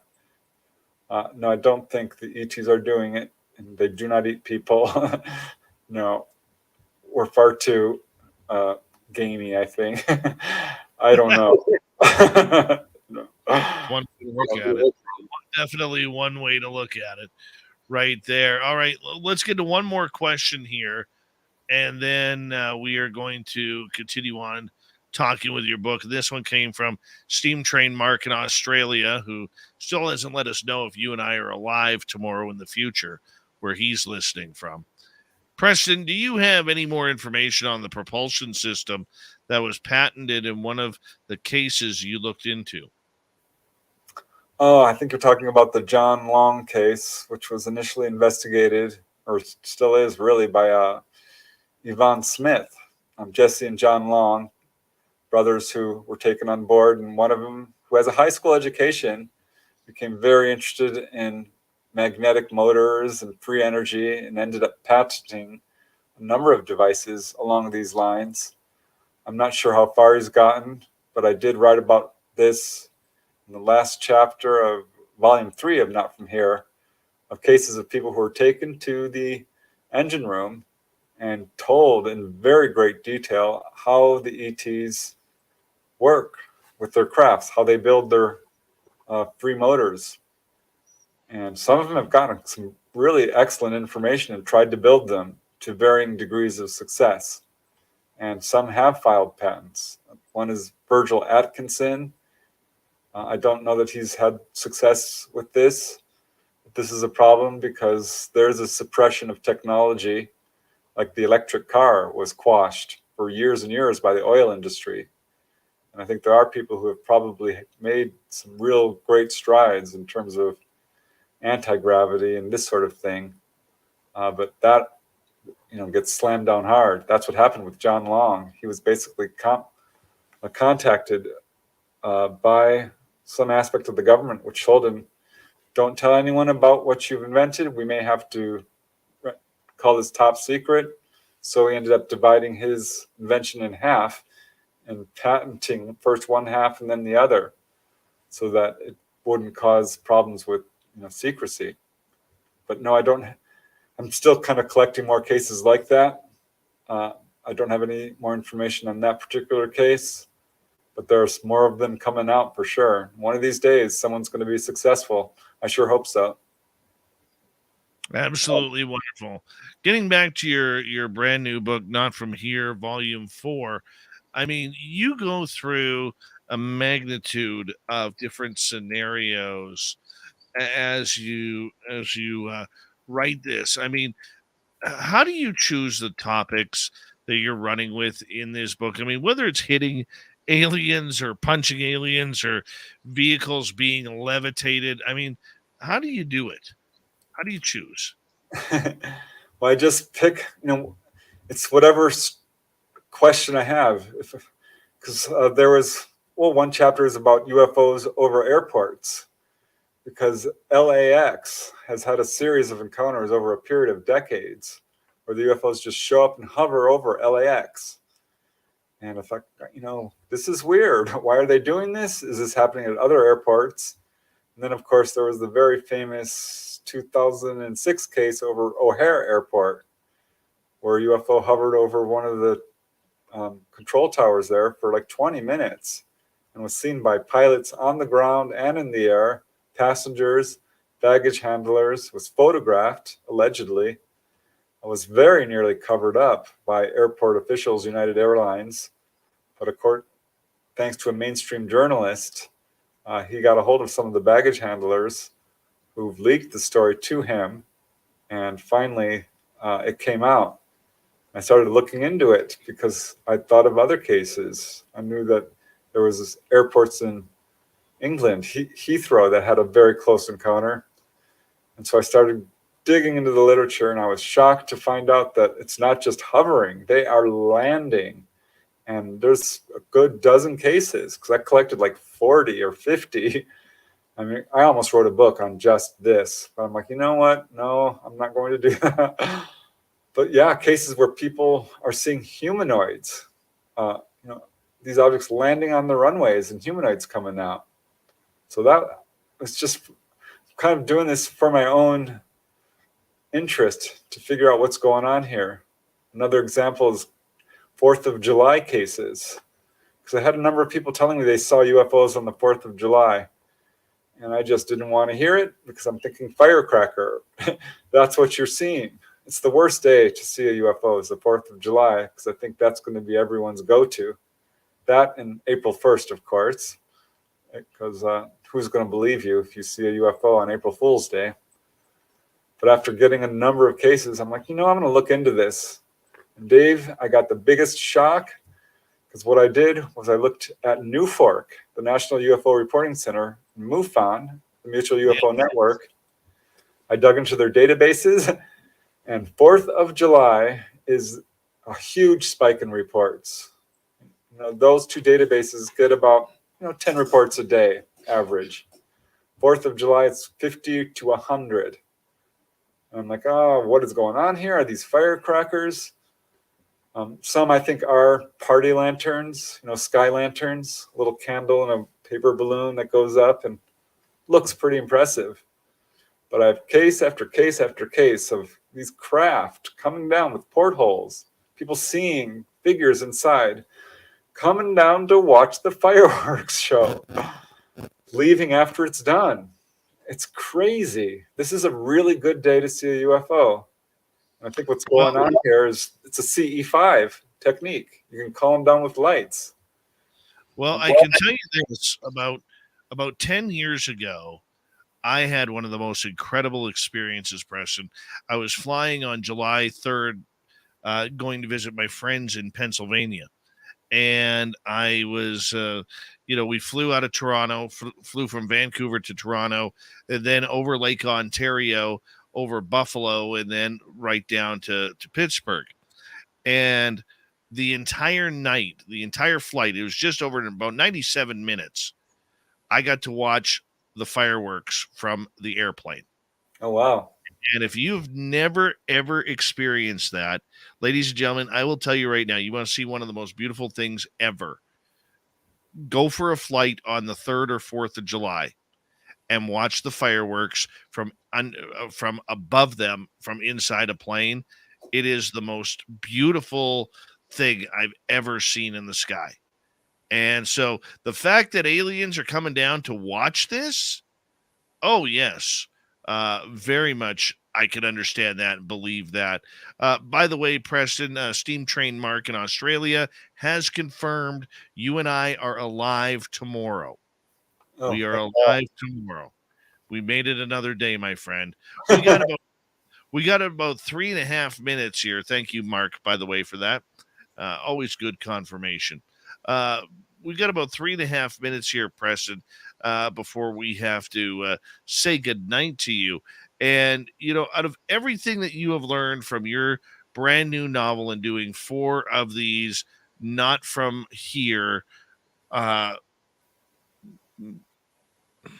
books, okay, and everything that you have learned over time, I probably should have asked you this question about 10 minutes ago. How do you feel about today's state of ufology, considering where we're going and what we're not being told? I'm disappointed. I'm very disappointed. I'm glad that there's been some movement in official circles in terms of our government saying, they're real, but they're still lying. The congressional hearings were a joke. I mean, I don't trust them. I don't think we should trust them. I'm very encouraged by people's interest in this subject.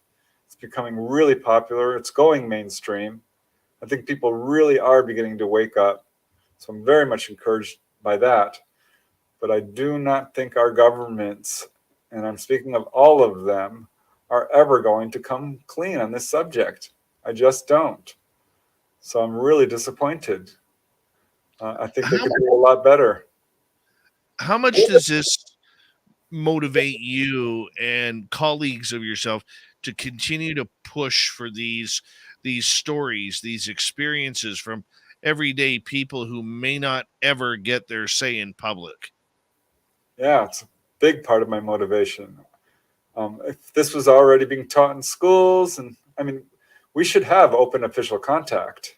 We should all be living in peace and harmony, not in division and, struggling just to survive. And this should not be the way it is. And I think this is part of the reason. This cover-up, people might say, UFOs don't affect me. I think they do. If we had open official contact, if we all knew that we were not alone, we would wake up to our own natural abilities to do telepathy. I mean, it would be a completely different world. We'd live in peace and harmony. We could have a lot of our diseases solved, clean up the pollution. We'd progress very quickly, not only technologically, but spiritually. This is a big deal. This is why one of the reasons, certainly, that I continue to do this research. And I will. I think this is a very important subject. I can't stress that enough. It's huge. I want to go on board. I think we should all have open official contact with ETs. And we're just not going to get there at the rate we're going right now. It's going to take a revolution. Well, I mean, hopefully that people do continue to wake up, and they are waking up one day at a time here to the truth of what's really going on. And as I state to our audience all the time, we're not in a disclosure movement by any sense. We're in a confirmation movement that they do exist. And there is a huge difference between the two. But Preston, you just keep up your great work. I know we'll be talking to you again in 2023 when you get your next novel out, whatever that one will be. But we love you around here. Thank you and Dolly for coming on Spaced Out Radio this year a number of times and being very good friends of this show. We absolutely will always open the doors for you, my friend. Thank you. Preston Dennett, everybody. Not From Here, Volume 4 can be found on Amazon and on his website, PrestonDennett.weebly.com. Coming up next, we're going to head to the swamp.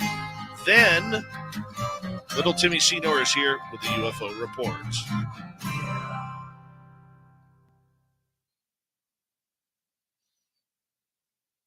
Great job, Preston. Thank you so much, man. Hey, Really thanks appreciate very much. you. Hey, you got it. Anytime. Talk to you soon. Do me a favor. Give Dolly a big hug from us. I know she's been listening all night, but we absolutely love and adore her too. And both of you take care and have a safe holiday season as well, okay? Sure will. Thanks, Dave. All right. Take care. Preston Dennett, everybody. We're going to go to Dirty Filth here. Where's Dirty here? There he is. See what he's created. And I will be back here momentarily. Enjoy your break. We'll be back running here in just a couple of minutes, everyone.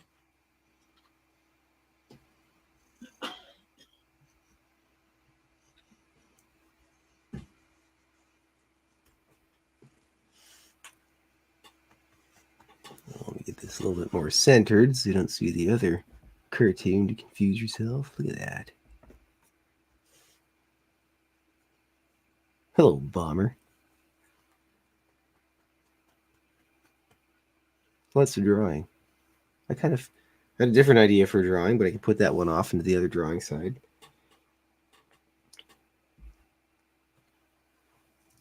What the Frank, Blob? What are you doing? Blob's being weird.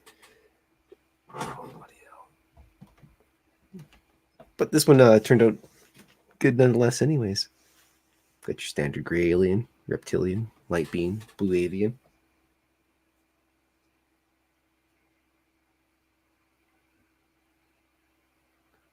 Star scarred, in places like Japan and Saskatchewan, they don't do things like time change. They're way in the future.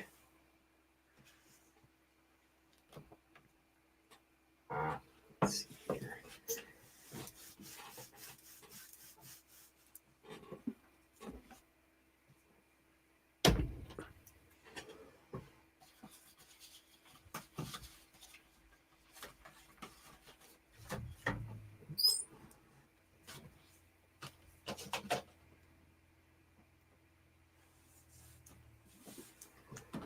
Excuse me, Blub.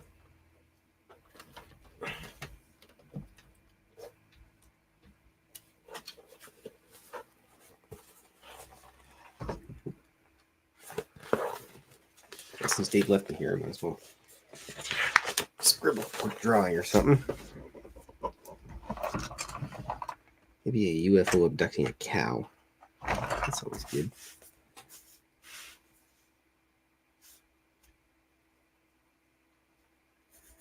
Or maybe just Sasquatch.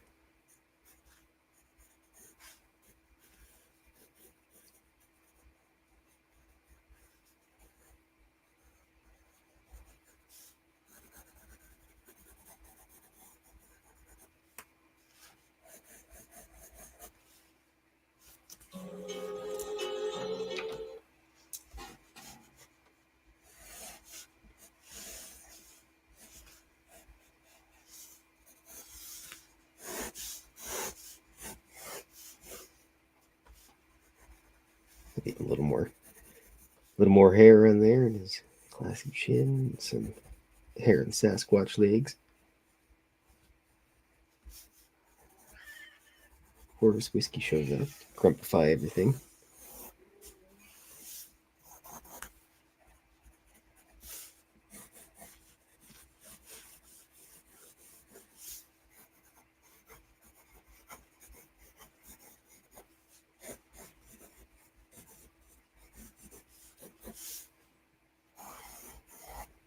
And abduction at nighttime, just because Sasquatch was out going to get himself a salmon, just floating around leisurely, and he's going to scoop it, but chorus aliens that abduct him.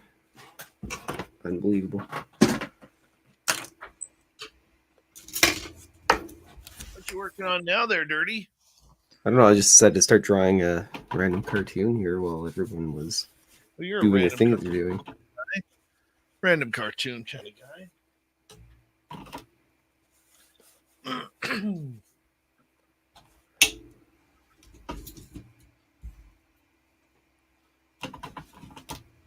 Hey, Tim, our swamp dweller's only 3.5 minutes, okay?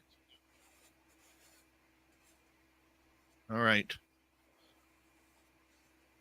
Look at you bringing out the big salty paintbrush there. Yeah, and it's not even watercolor paper either. Unbelievable. Just right into the old art book. Yeah. I'll use this packing paper one day, just crumple it up and cram it into somebody's drawing and send it to them. Yeah. That's nice.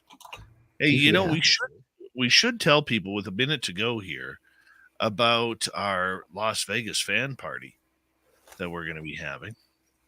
It's our second annual. It's at the Golden Nugget in Las Vegas, Nevada, May 19th through 21st. I'm going to put the link up in our chat room here if I can find it. And so bear with me here for 2 seconds, and I will get that for you. But if you're interested in going, we want to see you there. Definitely want to see you there. It's a lot of fun. You're going to meet a bunch of really cool people, a bunch of people that we have had on this show here. And it's a blast. We had such a blast last year. Dirty Filth is going to be there. I'm going to be there. All of our Spaced Out Radio team is going to be there. And it's going to be just a great time for everybody to hang on out and talk about the woo that is, was, and will be. So come join us in Las Vegas. Yeah.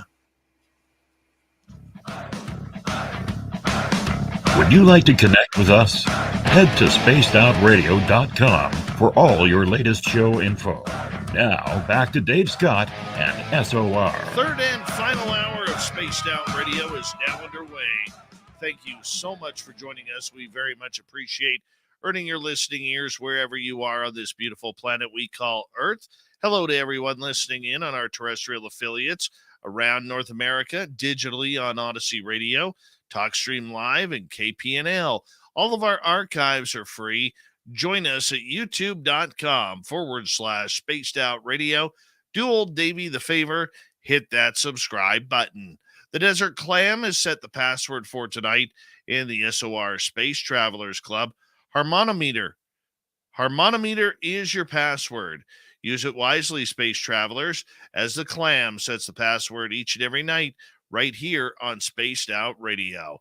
Our website is spacedoutradio.com. We have a plethora of features for you.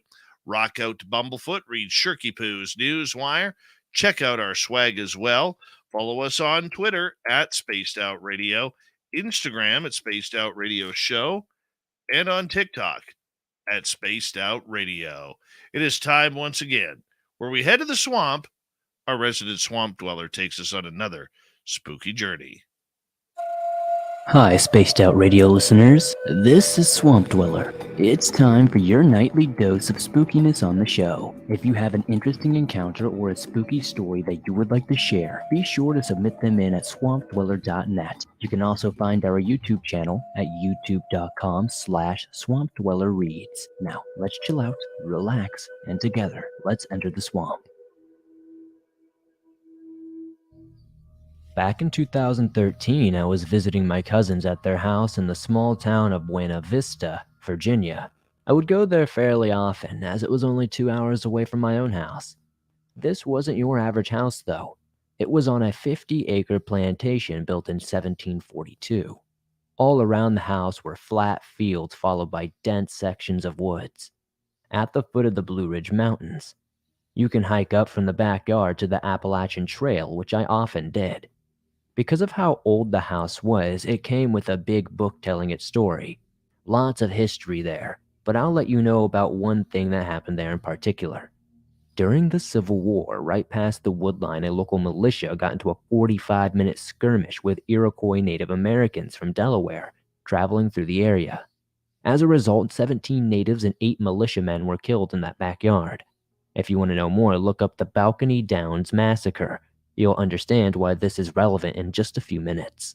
I was sleeping in my cousin's room, with whom I am very close. She was asleep in another room that night with my younger sister. Her room was the slave room. This was a very old plantation home, and at one time they unfortunately owned slaves. The room is square, and it's the only room between the bottom and top floor. There was a small wooden spiral staircase going up into the room in the corner across from where I was sleeping.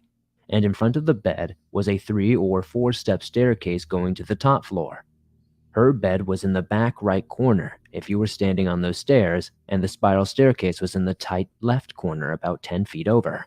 I was 12 years old at the time, so I always saw things that looked like figures, and they always ended up being a towel or something different. Finally, because of my previous experiences, I turned my flashlight on, and what I saw made my heart drop. I saw what looked like a little Native American girl in a long dress with very long, straight black hair. She was standing there, not moving, just observing me. This scared me so bad, I just hid under my covers, too terrified to yell for anyone. I was afraid doing so would anger her or something. I remember looking up what to do if you see a ghost while under blankets. I was petrified. There was no other way to put it. I don't think I've ever been so afraid in my entire life. After about an hour, I eventually did fall asleep from exhaustion, but only for a little while. When I awoke again, I decided to peep out of my covers and check again. And there she was, in the same place, still staring at me. I then took a picture of her, but my phone screen showed no one or anything in that spot. This confirmed to me that she had to be a spirit. I hid under my covers until morning. She was gone once the sun appeared. I talked to my cousin shortly after, saying I saw a ghost in her room. She then asked which one I had seen, describing the exact girl to me, and then she described a tall black figure who stood at the foot of her bed. She told me that most nights she sees them, but I was the first to see one other than her. I asked why she didn't move rooms and why she stayed there, and she did eventually, but she said that she'd just gotten used to it. I asked her about this over Snapchat the other day, and she said, yeah, that house is definitely off, and I'm never going back there again. Well, a short but sweet one by our good friend, the Swamp Dweller, here on Spaced Out Radio. The Swamp Dweller comes in to kick off hour number 3 of Spaced Out Radio every Monday through Friday night. We love the Swamp Dweller. If you love his stories, you can literally go to his YouTube channel, youtube.com/Swamp Dweller Reads, and listen to thousands of these types of stories for free. Yeah, just hit him on up, hit subscribe on his channel. He's just over 280,000 subscribers. And we like to think we play a little bit of part in that, for sure, for sure. So go check it on out.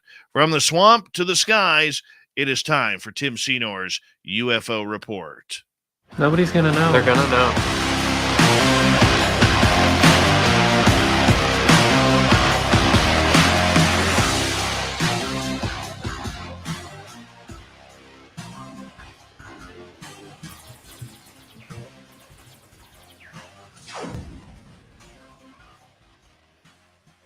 Big man, we call him the Tim bit around here. Little Timmy Senor hanging on out. Tim, I got some bad news for you right now, man. Bad news. Uh-oh. Our local Tim Hortons has closed for a month for renovations. Oh. I What know. will we do? I hear you. I hear you. I don't know what to do. And I'm out of oatmeal, and I got to figure out what I'm doing for breakfast now. Oh, no. Gotta always have a plan B. It's what I tell everybody. Always have a plan B. Yeah, right now there is no plan B. I don't know. Maybe I'll have to go to Subway or something to get a breakfast sub or something like that. There you go. I don't know. Don't know. There you go. But nonetheless, we have 3 very interesting stories tonight that are going to be, highly debated, highly contested. And my anger and loathing for NASA right now. But I want to start off with this one, because as NASA tries to play us for fools by saying they don't know anything about unidentified flying objects, and they are just as interested as the rest of us in learning about all this stuff, well, another one of their astronauts has just come out publicly stating that while he was in space, he saw something very, very unearthly. Let's start here, my friend, because I know I'm going to blow a gasket over this one. I know that, we're going to get into some highly debatable subjects here. And I just feel like going for it. Let's just do it. Right on. And thanks for having me. And thanks, SOR Chat. And thanks, Dirty Filth. That's some great artwork you're rocking down there. And so that's right. So back in 2005, while on his final space mission, former NASA astronaut Dr. Leroy Chow encountered a strange event that left him both perplexed and shocked. And so Dr. Chow left NASA in December of 2005 after working there for 15 years. And he participated in 4 space missions, including spacewalks, which most recently headed up the Expedition 10 on board the International Space Station as commander and NASA science officer. Over 36 hours of his 229 days in space were spent performing extravehicular activity, EVA, or spacewalks. And so Dr. Chow describes having to perform a spacewalk in order to complete one of the experiments being carried out on board. And he was serving at the time the International Space Station's commander after being there for 6.5 months. During a semi-routine spacewalk with cosmonaut Saliz Sharipov, the two were installing navigation antennas. They were 230 miles above Earth, traveling at over 17,000 miles per hour, where something unusual caught Chow's eye.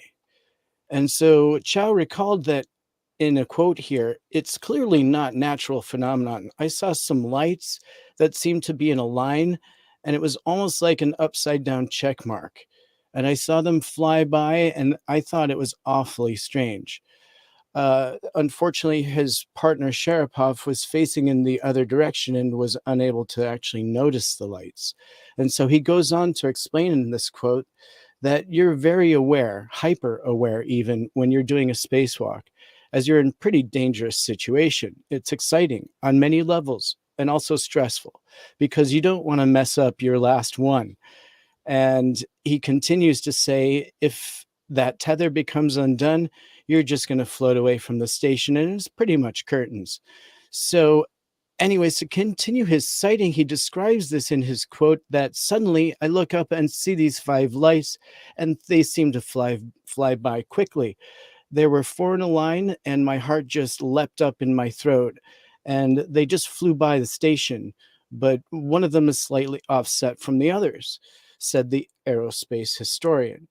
And so it's revealed then that Chow then called mission control, where former NASA engineer James Oberg was observing. And so he continues in his explanation of the conversation with Mr. Oberg that he reported that he's just spotted 5 lights. And when you see something in space, the possibility always is that it can bite you and that your life might be on the line. And so he continues on to describe his feelings after recording this and trying to report this. And unfortunately, it did turn out that they tried to cover this up with an explanation. Even though Chow ended up accepting the explanation, they tried to actually call this out as being something mundane. And they considered it to be potentially a ground-based activity, being that it was over the waters of South America. They considered the possibility of commercial fishing fleets using huge arrays of lights to fish at night. Come on. Come on. You know, this is where I go ballistic. Okay? When they treat us like this. Look, these fine men and women who go into space, they're not dummies like you and I, Tim. Okay? They're not dummies like you and I. They have spent millions upon millions. I think it's around $35 to $40 million in training per astronaut, pending on the mission. All right? And to sit there and literally insult one of your top commanders of the International Space Station, which is a lot bigger job than just going up in space on a rocket for 3-4 days and then coming down. Okay? You're insulting this man's integrity. You're insulting this man's honesty. You're insulting this man's credibility. You're insulting this man's credentials as an astronaut that you spent $30 to $40 million in training on. And to sit there and say it's lights from the ocean 283 miles south or down or towards Earth, whatever you want to say, that is unconscionable. And this is a prime example of everything we have been saying on this show. Do not promote and cheer on NASA for talking about UFOs or allegedly getting into the game. This is another pure example of where they are lying. And they are taking advantage of the public for whatever reason they choose to hide their secrets the last 60 years. Tim, if this story was any other story on this planet, this would be front page news. But because it's a conspiracy theory, because it's NASA, because it's UFOs and aliens, it doesn't get the coverage. And shame on the media for that. Shame on the media for not asking NASA and Bill Nelson, that pompous zealot on top, for what this really is. You're telling me you spent $35 million or whatever the cost is to train this guy, and he's not going to be able to tell the difference between lights in the ocean and lights that are in a formation flying through space? Come on. You have to think that we are pretty bloody dumb in order for us to believe that. And the sad part about it is there are many people on this planet who are going to buy that story of ocean lights. I would take the opinion of that guy, that astronaut, Mr. Chow, right there, okay? And I would say, you need to stand up and you need to come forward to the media, to Fox News, to Tucker Carlson, to anybody at CNN, to anybody at NBC, ABC, CBS, and call them out for what they are. And NASA is a bunch of hypocrites and liars from the top on down. And there's not a person on this planet who should be supporting NASA in this cause, because they're just a bunch of liars. And this is a continuing theme that we are seeing now, where anytime we see UFOs being represented strongly with a great case, with evidence perhaps, or a great witness, be it something from history, from an astronaut or a pilot like we're seeing currently over the Pacific, we always get the debunker's case involved in somewhere in the story. And I don't know whether I agree with that or not, because I feel like any reader of any UFO story is going to want to hear the best possible explanation so that they could potentially rule it out themselves. So, for example, let me just kind of make what I'm trying to say clear here. When I read this article with Dr. Chow and what he witnessed, and then I hear their best explanation, it's very easy for me to write off their best explanation as not being what he is describing. So that leads me to believe what he's seeing is something else, along with what he believed was something else. So in this particular case, I'm kind of glad they gave me their best debunkable explanation, because to me, it's very apparent that this was just their best possible explanation, obviously not what he was seeing. And let me tell you something. James Oberg knows this show. Okay? And for James Oberg, who's never been to space, who just doesn't believe, okay? He's like the old school Mick West, okay, that has an answer for everything but has no experience to actually explain any of his debunking. All right? When you're an astronaut, as you stated right off the bat, you are highly trained, you are highly aware of what your surroundings are. because if anything goes wrong, you're dead. Okay? Never mind UFOs. If you have a little flaw in your safety strap, that could all of a sudden at 17,000 miles an hour come apart very easily. All it takes is one little nick from a little piece of space junk, and boom, you are gone, floating into the never, never land until you run out of oxygen and you can't breathe anymore. That's the truth of it. And you're telling me that you're going to question somebody who their only job is to be a skeptic in life, is going to question somebody who has been trained millions of dollars in training and visualization and hyper training on stress tests, and has become the best of the best of the best, and you're going to tell him he's lying? You're just going to make something up? Man, I got a bridge to sell you in the middle of Nevada if you believe that story.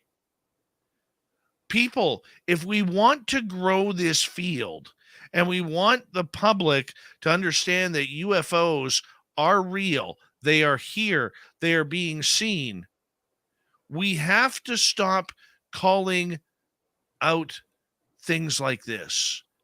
Okay? Or pardon me, we have to continue to call things out like this. Do you think, however, it's important to have a representation from a skeptical mind to give us a best option? If it's not something phenomenal, it could be this, and this is our best guess, so that the public is able to make a decision? Or do you think that that should be left out of it because the witness has given their testimony and that should just be good enough? Because I'm pretty cool with that, actually. I mean, I don't think we need to debunk things if you've got a witness testimony and some kind of corroboration of, or just a witness. I mean, come on. I'm sorry. Any astronaut told me a story, I 100% believe them. All they're doing is telling you something that, they're a witness. I think that's good enough for this case. I don't think that it needs to have the debunk, no, included. It doesn't. But here's the other thing, Tim. This goes on to all this UFO activism. We see it all over Twitter. All these people who forget how to think. Okay? They forget how to think because they're so passionate about the subject. They don't care how it comes out as long as it comes out. They don't care that we're getting the dirty underwear version of ufology. Hey, it's coming out. Hey, NASA's involved. Hey, Bill Nelson, the head of NASA, speaking UFOs. Let's cheer him on. Let's wave the NASA flag. 60 years of cover-up. 60, and they know it. And they're wasting money on useless studies about UFOs when all they have to do is crack open a file. Pay me $100,000. I'll open up your files for $100,000. Do you suppose that that's just damage control, something like this, where the astronaut's talking about it, and so this is their damage control on a topic like that? No, I don't think it's that. I think it's embarrassment. And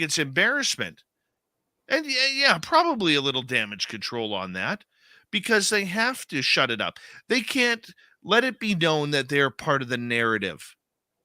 They can't let it be known that they've been covering up this subject for the last 60 plus years. Remember, Gemini, Apollo, the shuttle missions, and now every private rocket going on up has been followed by UFOs and documented. Never mind our landings on the moon. Never mind just flying around in space. Everything has been documented with UFOs around. And until we wake up to that, NASA is part of the UFO lie. When we return with Tim Senor on to the UFO Report, we are going to get to an ex-CIA officer telling some serious truth about interdimensionals, and then We'll see where it goes from there. Government, pro and anti-UFOs.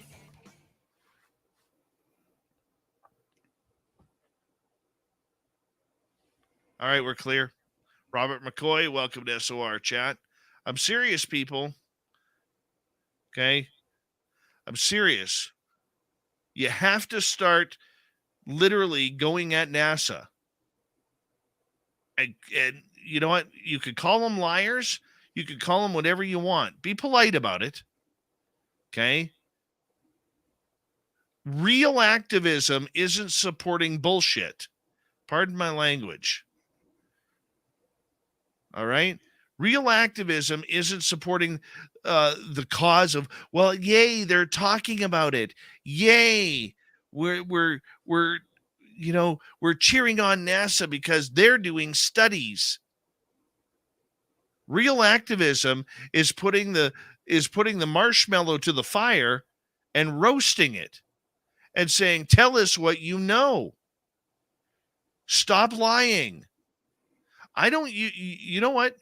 Over the time I've done this show, Tim, the one word that just grates me is when people are called liars. Okay? You're lying about your experience. I'll see it in the chat room because we'll get people in the chat room who just don't believe certain experiencers.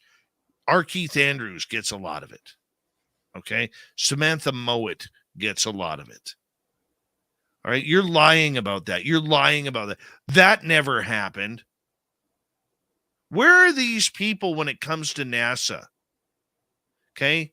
And I'll tell you, the word liar grates my nerves, Tim, because there is a point of truth to what these people have experienced. It has traumatized them either positively and or negatively to the point where they don't know what is going on, why this is happening to them. I don't know what the hell happened to me 8 times that I know of. All right? But Right. when you get a group like NASA, and all you have to do is go see Darcy Weir's latest documentary, okay, which is called, let me grab it here for you guys. Where's Darcy? Called Secret Space UFOs, NASA's First Missions. Okay, I did the voiceovers for that. And I'm not telling you to go see it because I'm involved with it. What I'm telling you to go see it is because Darcy has acquired the audio tapes from astronauts and from NASA pilots, test pilots, about having their experiences. And you can hear the people at ground control saying, go to the emergency line, go to the emergency line. And the astronauts are flipping out because they've got some lights going on that they can't explain. And they're flipping out, wondering what the hell is going on. Right? Yet these morons that never a straight answer are lying. And that's what I don't like about it. I hate it when we call people liars here. We're willing to call a Samantha Mowat or an R. Keith Andrews or any experiencer a liar because we don't believe their story.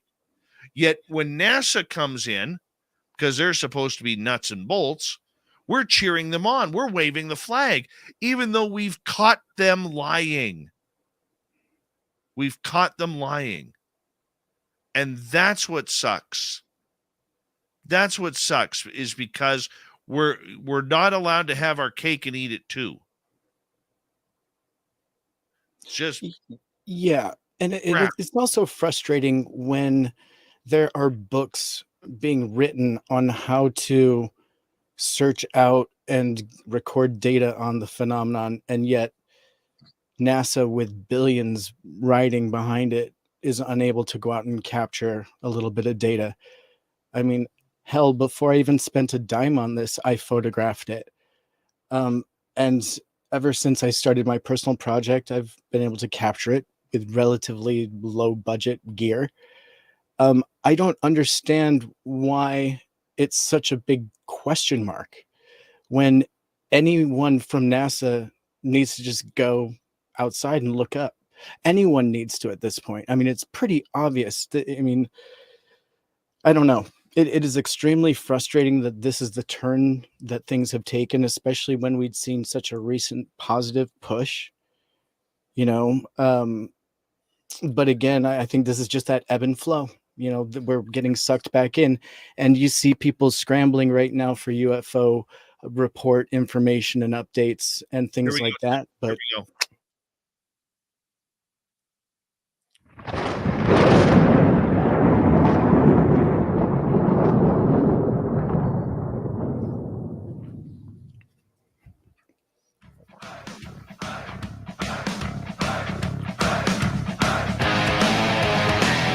Around at third, we're heading for home tonight on Spaced Out Radio. I'm a fired up Dave Scott.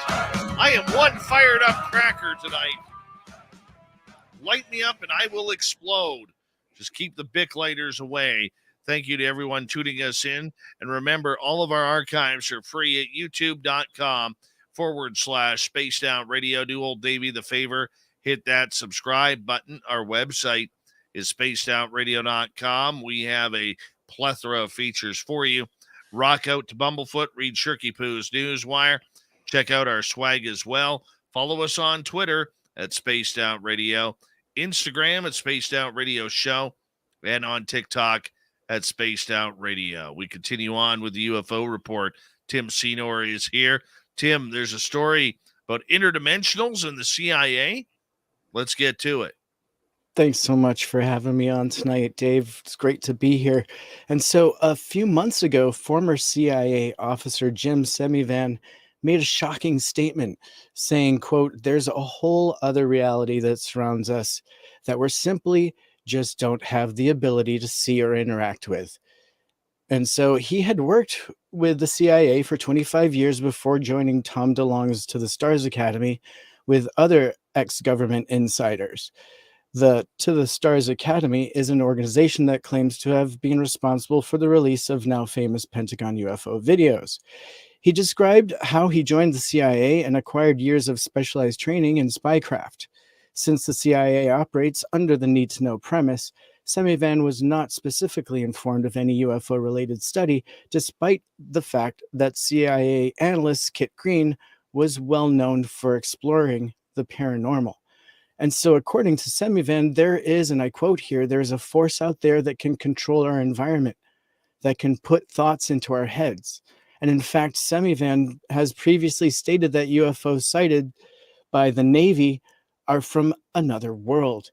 He made shocking assertions regarding unidentified flying objects in an interview with James Indianoli, saying that the occurrence can be startling, especially to children.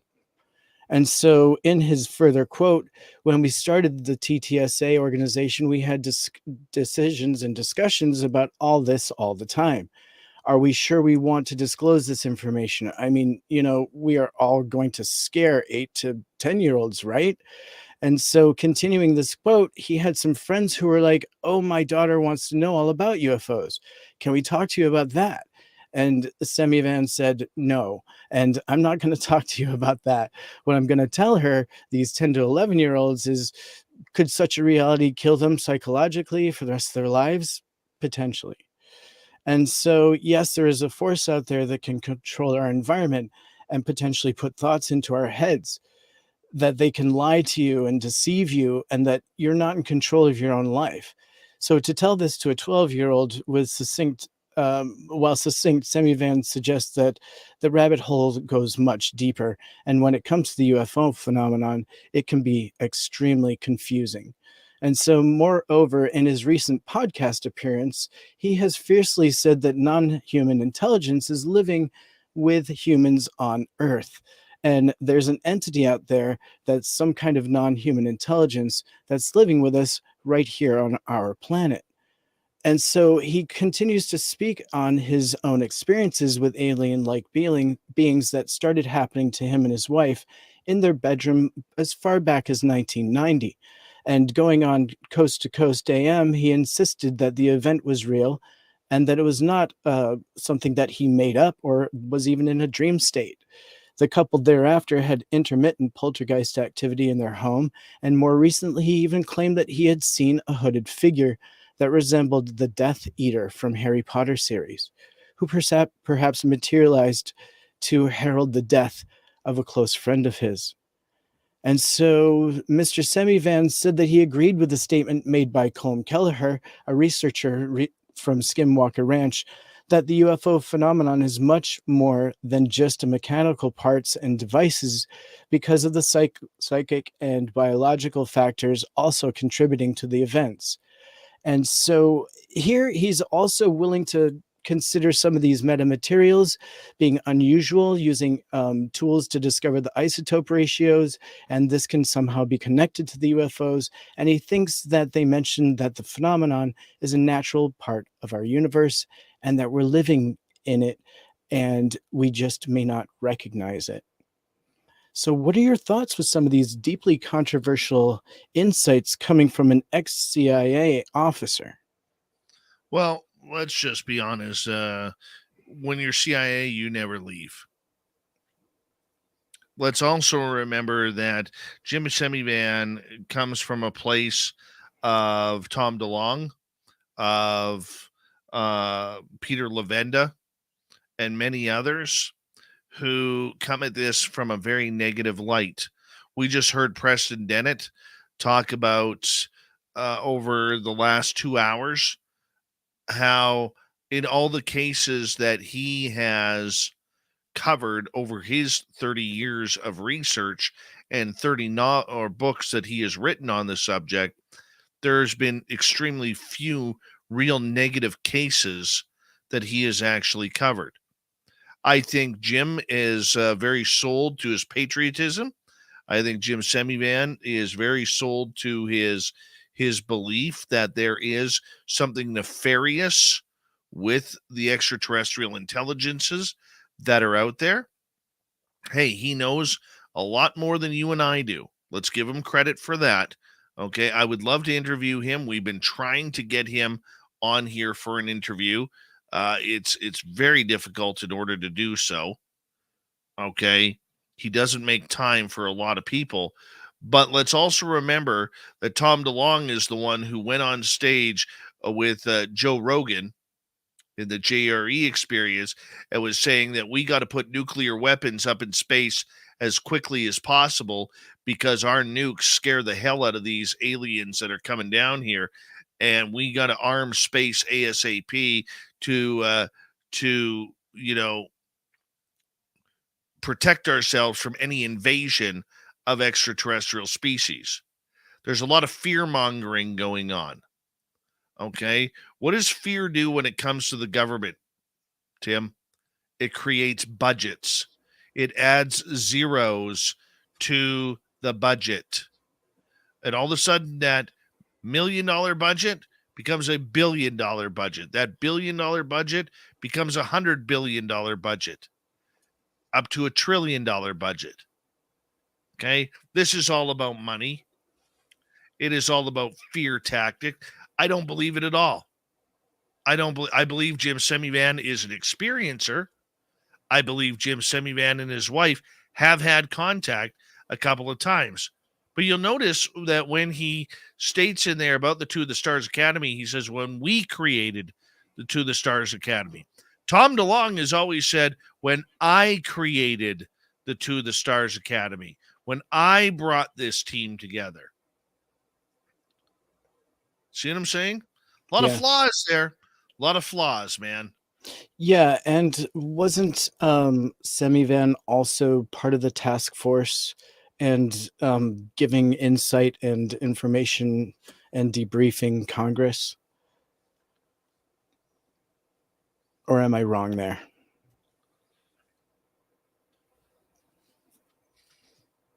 Well, I mean, there's so many different situations that are going on. There are so many situations that are going on. There's a lot to be questioned, Tim. Mm-hmm. A lot to be questioned. Right? Yeah.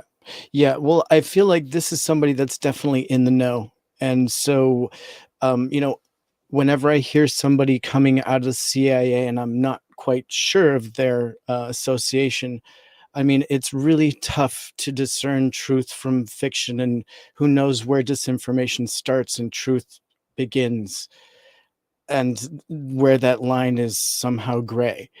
And so it's very hard to discern truth from fiction when we know that it's our government's mission to control this narrative, be it through direct line of fire or through articles like this through ex-CIA agents that, like you said, may still be completely attached to their mission and goals. And so I love the idea that this is true. I don't buy into any of the fear aspect. I don't get fear from any of the interactions I have really ever had, within exception of perhaps one, right? But it's just personal, my personal fear and my personal interpretation. Nothing, like you said, has ever been aggressive with me. And just like Preston was saying, I've never been backhanded by an ET or had anything fire anything at me. Now I know it happens, but I like the idea, as Travis Walton said, that it was an accident, and that they actually came back to repair him, and that some of these things are potentially benevolent, you know. And so that's it's really tough. It's really tough to discern the information in that line of truth and where to get it from. Well, it is. And it's going to continue to be that way because the people who are high up involved, like Jim Semivan, will never see the truth. The public will never see the truth. We have to remember that, right? It's incredibly frustrating. That is incredibly frustrating, especially when we sit on tender hooks waiting for a UAP report or the public version of one, and things like that. Just these morsels, or an interview with somebody like Luis Elizondo, or somebody that we hope is in the know. That's very tantalizing and very frustrating, all in the same breath. Very much. Very much. I mean, Yeah. it's... And it draws us kind of into our third topic for the night. Let's just get there. And so this brand new article from The Hill is titled "Pro and Anti-UFO Factions in Government. It Wouldn't Be the First Time." Right. And so we see it in all factions of the government, too, from NASA to Air Force and probably into the Space Force and FBI, CIA. We see it everywhere. So it's not just coming, on this topic. But shortly before the release of the second government report on unidentified flying objects in as many years, dueling narratives emerged in the media. A New York Times article poured cold water on the theories of alien visitation and the extraordinary technology alluded to in the 2021 report. And so, citing government officials, the Times pointedly downplayed the recent military UAP incidents as foreign drones, balloons, and airborne trash. And then a Daily Mail article, in contrast, struck a remarkably different tone. And among several eyebrow-raising quotes, one source sharply criticized their Office of the Director of National Intelligence colleagues, stating they don't want to talk about UAP because they really, really don't know what the hell they are. And so the Mail's sources disclosed several key details about the report prior to its release, including that the U.S. government cannot explain more than 150 UFO encounters reported over the past year. And so, in short, competing factions appear to be vying for control over the UAP narrative. And if this is indeed the case, history is just repeating itself from 1951 to 1953, with Captain Edward Ruppelt serving as the first director of the Project Blue Book, all the way up to our current assessments. And so I'm just going to skip forward in this really great article from The Hill I recommend everyone just dives into. Facing intense pressure to resolve the UFO conundrum, Ruppelt ended up writing that the people on the UFO project tried a new hypothesis and UFOs just don't exist. And so we're seeing that coming up again with pressures coming from the government or perhaps some outside sources. We're seeing these two very clear standing sources competing for this topic and this narrative. And so it's being very pronounced coming through our media, but there are strings behind the media that I'm very interested in, because obviously it's the sources of these articles that are leading the commentary. So who are these people behind these articles? And I will just dive forward here, because there's quite a bit of history in this article just showing how there's always going to be two sides to every slanted story. And it, depending on where it's coming from, you're going to get that angle trying to sell its readers on its topic and its direct narrative. Dave, I know this is frustrating for you because you're somebody that works in the media and you are very discerning in your sources and you have very strong opinions on who is what side. And so I'm very interested to take your opinion, not only just on this article, but on this topic itself. Well, let's get to the topic first, okay? This is going to take a lot more than the 6 minutes we have left, okay? But I'll say this, Tim. We have to understand that there is a giant divide between progressive governing people and those who are still hiding behind a Bible in Washington, D.C., okay? Or whatever religious text that they want. Okay, the religious scripture will tell you point blank that aliens are demons. Anything that comes from space is demonic. It's part of the apocalypse or coming apocalypse or whatever it may be. This is where we get into danger, because religion and politics should never mix, and yet it does, unfortunately. You know, and when you have 50% of the political figures who are still, at least publicly, their facade is, I'm all about the good book. And then you have 50% who say, yeah, well, the good book, doesn't explain what our Navy pilots are going through, what our Air Force pilots are going through, what our commercial pilots are going through. All right. And there might be people out there looking for a little bit more. This is where the great divide happens in Washington, D.C. And that is an ugly, ugly, ugly argument that is going on. Luis Elizondo has come out many a time saying that this is one of the biggest, fights in U.S. government history, is the divide on this and why this subject can't come out further than what it is. Okay? That's the danger. Now, the media side of everything, Tim, we have to understand that the majority of people who are covering this subject on a fringe media level or an alternative media level have zero journalism experience and background. At one point, I could count 10, 12 fake journalists that have made a UFO name for themselves by putting on their social media and their resumes that they are a journalist. Now, a lot of people will say, well, journalism is a scumbag industry. Yeah, it is. It is. Okay, the bottom three industries that anybody could be involved with is a lawyer, a journalist, or a car salesman. And the idea behind when I say that is journalism hasn't done itself any favors over the last 25, 30 years, ever since the O.J. Simpson case. And CNN went nuts. The ratings went nuts over that. That's where we saw journalism really take a fall on a national level, is when that case was going on. But when we come into the UFO world, anybody can be anything that they want. We have fake scientists out there claiming that they are experts in quantum physics. We have fake journalists out there who don't know how to report, who don't know how to gather sources, who don't know how to tell a proper story, write one, YouTube it, blog it, vlog it, podcast it, whatever. All right? They pick sides, and then they try for these aha, gotcha moments to try and make people look like fools. Instead of explaining the whole paragraph, they focus on one half of one sentence. And it does us no good. You know, we ask, where is the journalism in this field? Where is the fairness in the reporting?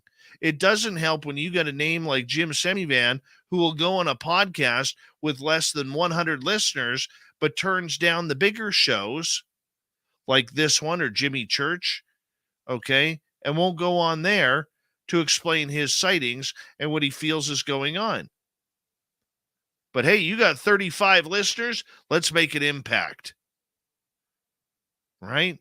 It also doesn't help that the To the Stars Academy, at their beginning, only favored those alleged podcasts, journalists that were supporting them. Real journalists don't have a side. They call it down the middle. At least they're supposed to. So all these fake journalists that are out there covering the UFO world in the UFO world, I wouldn't put their paper on the bottom of my bird cage. It's not worth it. Very rarely do you have someone step out of the limelight. A Tim, Tim McMillan or a Danny Silva.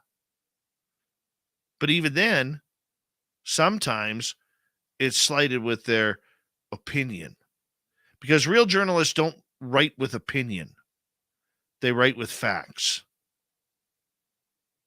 And that's the biggest difference. I could go on and on about this, Tim. I really could. But we have run out of time. Tim Senor, thank you for coming on in and giving us the UFO report. Excellent, excellent news that you provided for us tonight. Very much appreciated. Thank you for firing me up about NASA again. Those dirty swines. Absolutely dirty swines. And now you're getting it. After this report with the astronaut, you are getting it. They are lying. Yeah, I've been getting it. I've been definitely getting it. I get it. Yeah. And to our guest tonight, Preston Dennett, for coming on in. Swamp Dweller for another spooky report. And you know what? What a great night of radio indeed. We got Mr. Ron Bumblefoot Thal rocking in the background with Little Brother is Watching. Bumblefoot is the official music of Spaced Out Radio, rocking us in and out of every single show.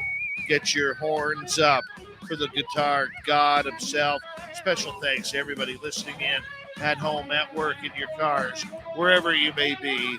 Thank you to everyone in our chat rooms tonight, YouTube, Twitch, LGAP, Facebook, the Space Travelers Club, Spreaker, and on Twitter at hashtag Spaced Out Radio. I know you're out there somewhere. Remember, this show is copyright by Spaced Out Radio and SOR Media Ventures Limited. Thank you so much for tuning us in tonight, because together, my friends, we're watching. We own the night. Mr. Bumblefoot, we need a favor. We need you to take us home.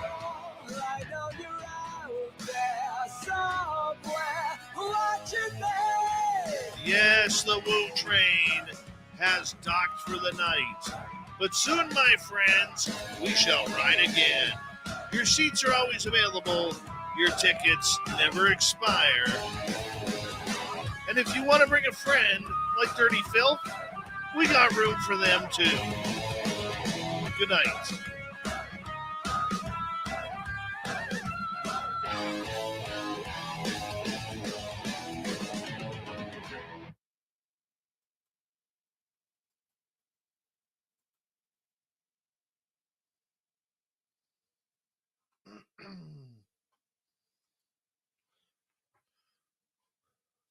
Give me 2 seconds here, people.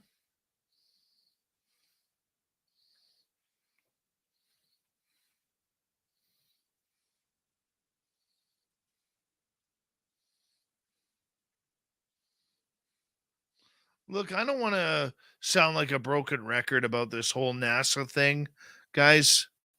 Okay. But when you're alone on a pedestal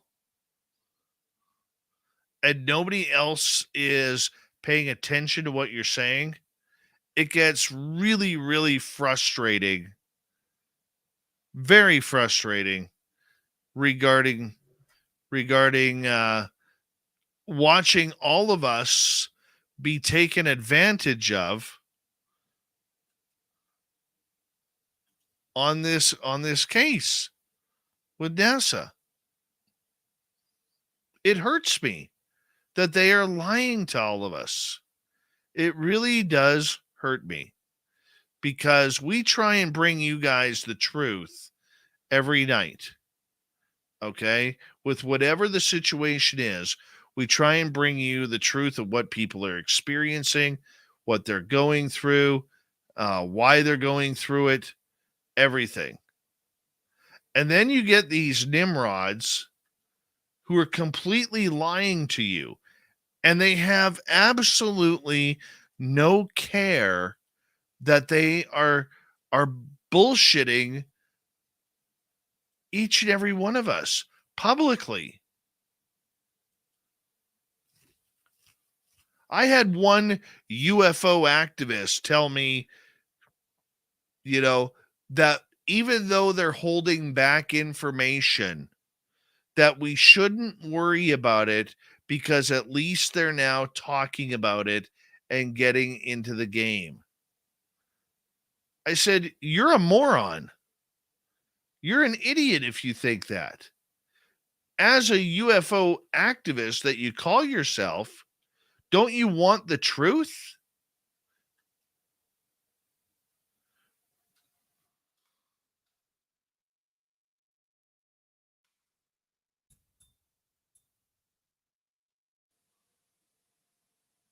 Which Canadian coin did you get today, Pam Smith? Did you get a loonie, a toonie, a quarter, nickel, dime? There is no pennies.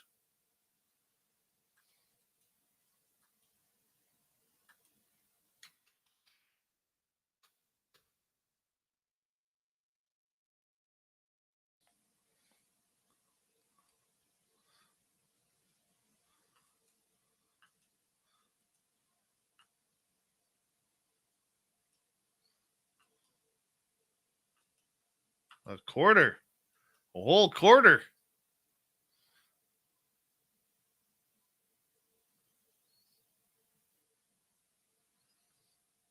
Anyways, the point that I'm getting at is I'm tired of seeing NASA lie to us. And the worst part about it is seeing them do it with an absolute straight face. Seeing them do it with an absolute straight face. It's like, I mean, how many of you moms and dads out there have caught your children so blatantly lying because they broke the cookie jar or they drank the last of the milk, so there was nothing for cereal in the morning for the other siblings or whatever? That's what we're dealing with here. It's the same thing.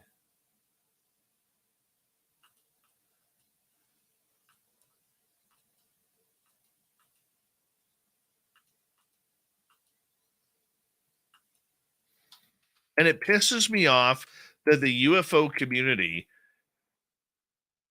is too stupid or is so stupid that they actually turn a blind eye to it.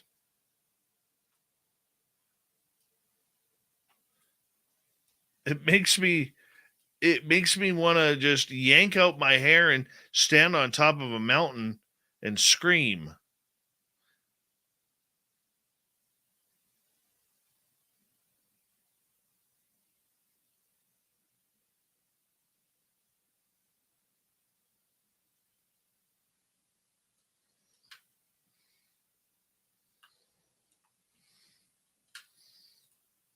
Hey, River Dogma, how you doing?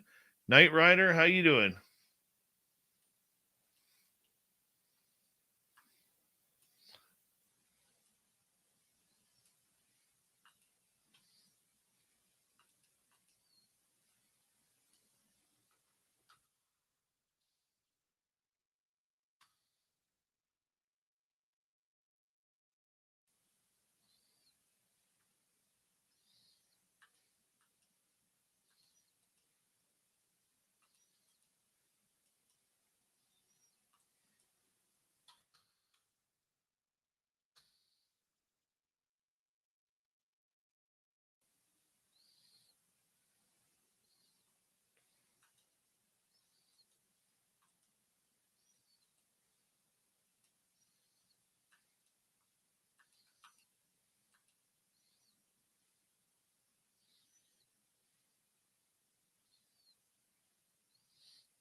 Evan Walters, I'm pissed right off to the point where I will pull my hair out right now.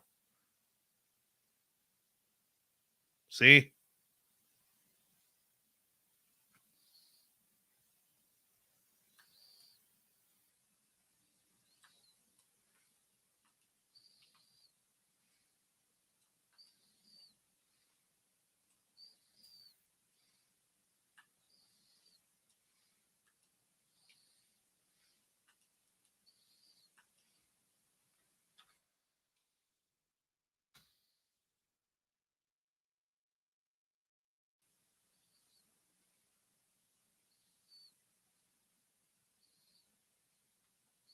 Like I said, Lottie, you come to Vegas, I'll bring you some hair.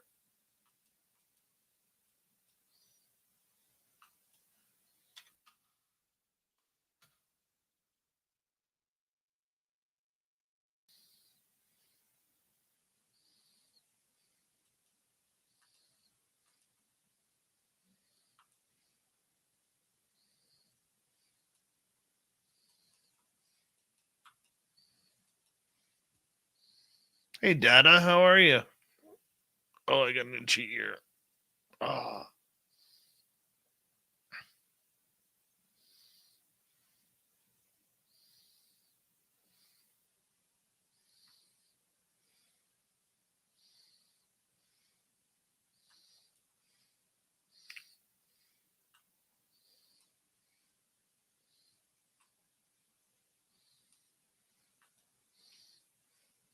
I would love for somebody to go back in our records of SOR, and whether it's TTSA, whether it's Elizondo, whether it's NASA or anybody, BFRO, and I would love for people to show me where we have not told you guys the truth about what's going on. And I realize you're not questioning that. Don't get me wrong. Okay. I know that you guys aren't questioning that. Okay. If you look at everything I've told you since the day one of the To the Stars Academy, everything, I'm going to say I'm batting probably 95 to 98%. 95 to 98% of everything that I have told you has turned out to be true. Okay. You want to know why the NASA thing isn't gaining popularity? I'll tell you. You know the fake journalists that Tim was just talking about? That's why. Because fake journalists don't know what a goddamn story is. Real journalists do. I know Ross Coulthart is on Team SOR when it comes to NASA's cover up.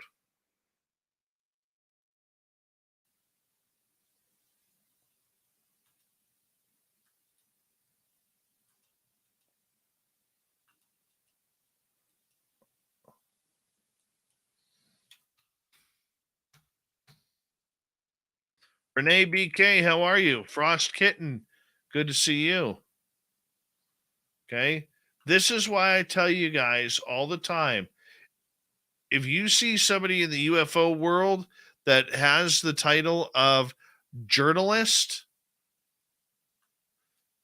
okay, in their name, ask them what media outlet they worked for.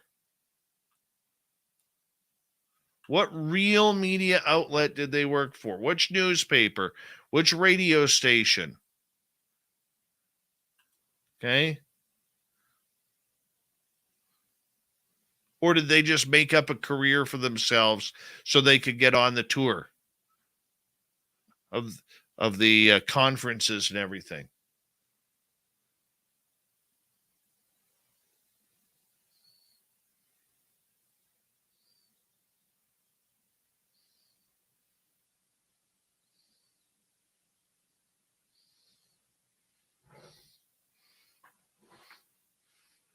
Anyways, I'm going to show you guys something when I come back. I'm just going to take a quick bathroom break. And when I come back, I want to show you guys something. Real cool. I'll be right back.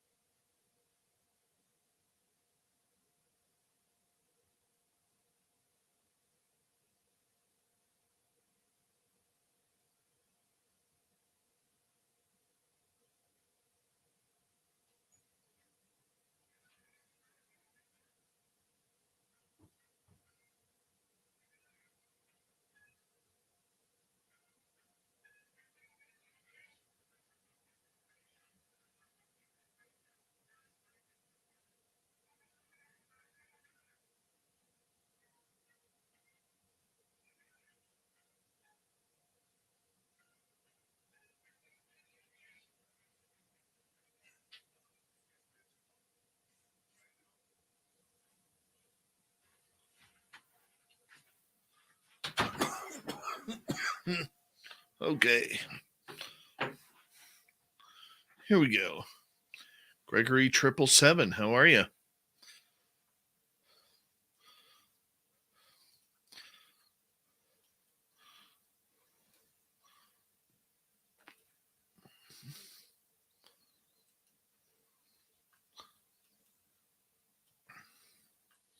Should have never had that fisherman's friend. It hurt my throat.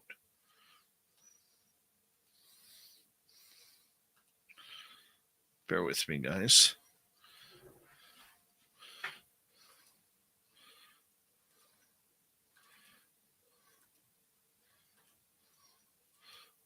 Might go a little blurry here for a little bit.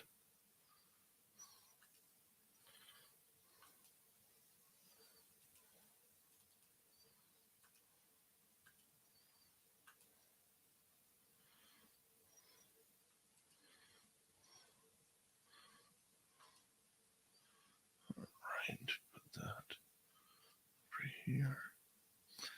All right, I want to show you guys this.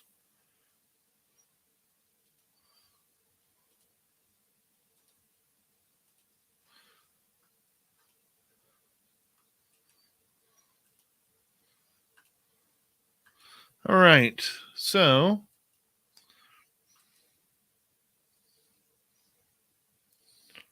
hold on.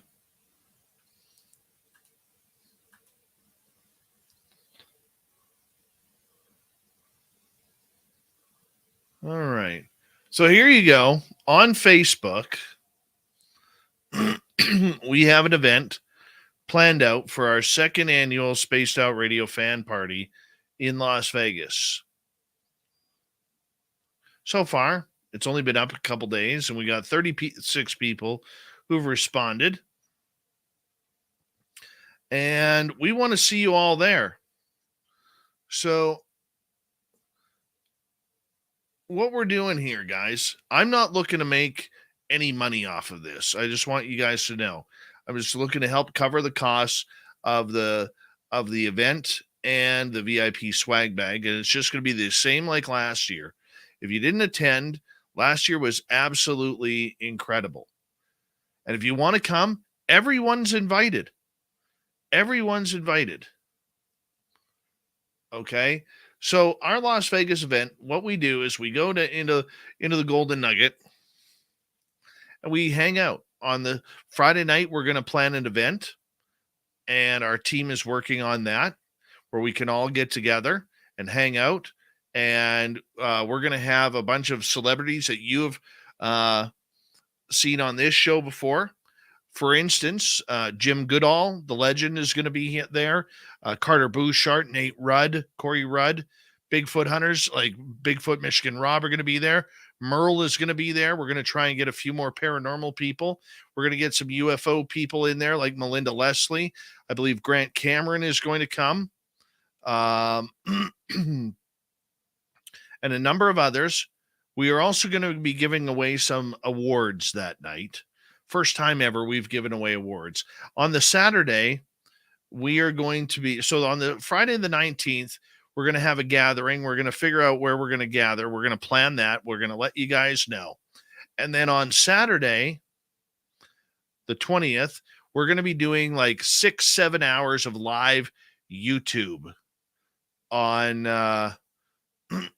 on Saturday. Jessica Jones is going to be there for the first couple of hours. Then we're going to take a break. Then we're going to have the after hours show come in, and they're going to host a bunch more guests. And then we're going to take a break. And then we're going to have myself come in for a minimum 2 hours. And so you guys get to participate in the live broadcast from the Golden Nugget. It's going to be absolutely amazing. We're going to have banners up so that way you can personally go chat with the celebrity of your choice, whether it's Science Bob, Jim Goodall, Carter Bouchard, Melinda Leslie, Merle, or whoever it is, and you can go chat with them and just hang out and learn more about what they're about, what they do, and everything like that. I believe on the Sunday, we're going to try and do a couple more events, including a Friday or a Sunday night UFO Sky Watch. We're definitely going to do that. So my suggestion would be I'm going down there on the 18th. I'm leaving on the 22nd. And we want all of you guys to be there. That we do this because of you guys. And, you book your hotel, okay? Hey, a lot of times you get to meet, like last year, a lot of our a lot of our listeners became friends. So that way, they were hanging out. It creates great friendships. It brings our audience together because we want that family feeling, and we always want that family feeling to be there. And like I said, we're going to have some awards that are going to be handed out there. And we want you guys all to attend. So far, last year we had just over 60 people. We've got 14 going so far. Let's see who's going. Melinda Leslie, Kira from the chat room, Jürgen Hess, he's from Hoodoo Tall, Dirty Filth, Enzo is going to be there, Jim Goodall, movie director Darcy Weir, Joe Mergia is going to be there, Scott Rosen, Jerry Laboye going to be there, Jessica Jones, Merle is going to be there. We got 22 who are hopefully going to come. All right. A lot of these people, hey, I know it takes money. I know it takes time. But if you're looking for a great weekend getaway, okay, where we can all hang out, have fun, this is where we want to do it. So if you go to our page here, I'll put it in Facebook right here, or in the chat room right here. All right. Or you type in Spaced Out Radio Fan Party in Vegas. It'll pop up in the search here. All right. We want to add your name to that. If you're going to come, we want to add it to it. We want to see how many people we can get. Now, granted, it's hard to make that call because we're going into the holiday season. And I hate to say it, but Christmas is right around the corner. And we all have budgets and everything.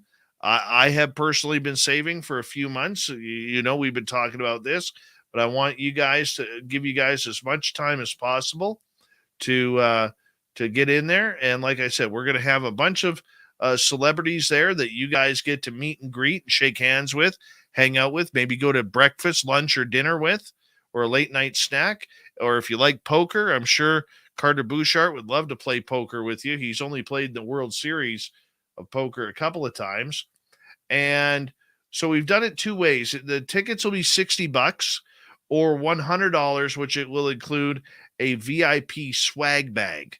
That you'll get t-shirts and you'll get some other really cool swag that goes along with it. Our swag bags last year, for those who went, were absolutely off the charts with people, including our Las Vegas logo that you see up in the corner right here on the big screen, with the owl in the spades logo. We put a UFO up there and everything. So you don't have to gamble. We're not going to be gambling, or many of us aren't going to be gambling. We're going to be there for a great time, and we want all of you guys to appear and come with us as well.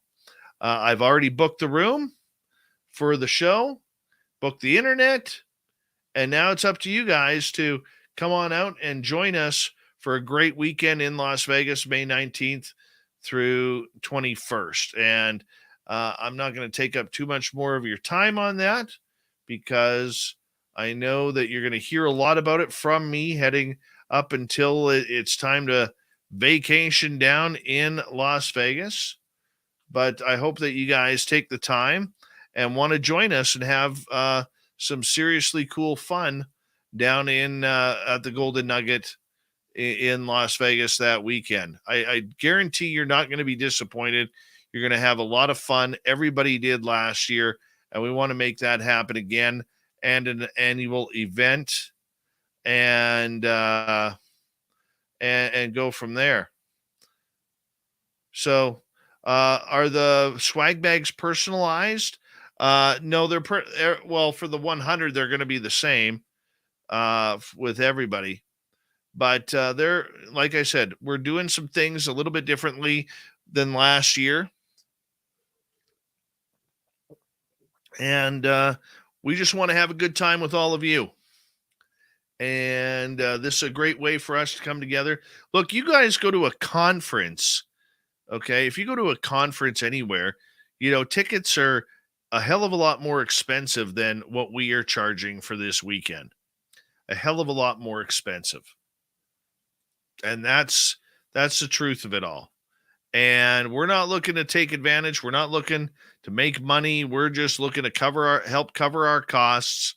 And that way we can give back to you a great weekend of extreme fun. I shouldn't say extreme because it's not extreme, but a great weekend of fun where we all get together and enjoy the experience. That's what we do. And like I said, this is our second annual one. We want to make sure that it is something that we do on a yearly basis around the same time of year, and make it happen. Make it happen. Well, put it this way, Love V Love. The t-shirts that are given out are only to those who are at the event. You will not be able to buy those t-shirts. Not be able to buy those t-shirts. I'll even show you what the t-shirts will look like. I designed this logo the other day. I actually like the logo. You may not. And if you do, great. If you don't, well, then it sucks to be me. But this is our logo for our t-shirts this year. That'll be our logo. I think it's pretty cool. I think it's pretty clever. I think it's a lot of fun.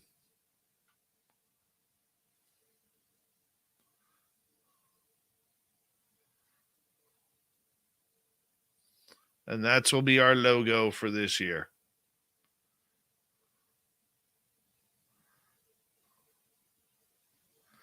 Evan Walters, if you don't show up, I'm going to be pissed off.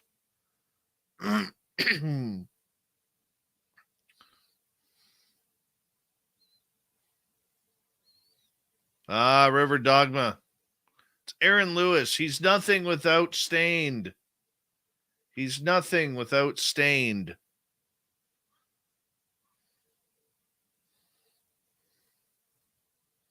Hi, Carol Burke. Well, there's a reason why I didn't put the year on there, is because a lot of people out there want to be able to wear a shirt that doesn't look dated. That's why I don't put the year on there. But every year there will be a new shirt, new design,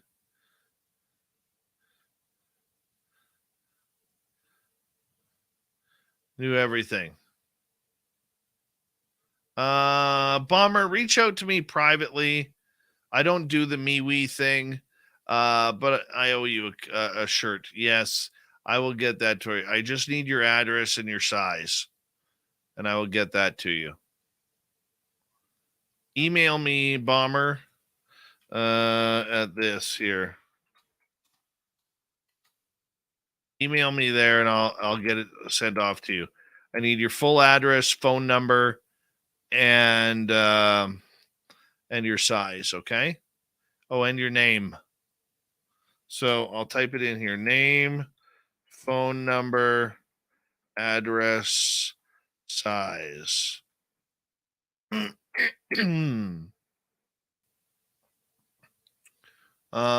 was Ross Coulthardt's last tweet?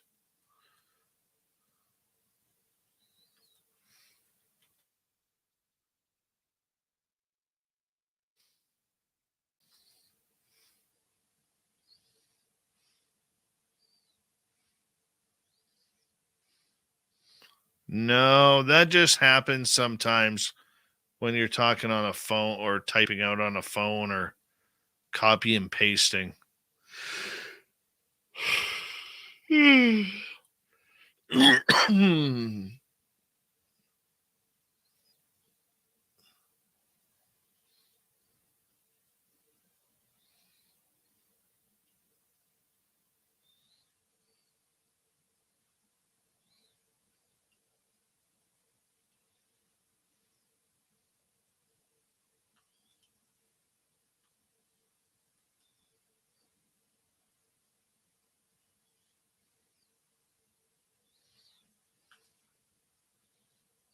go.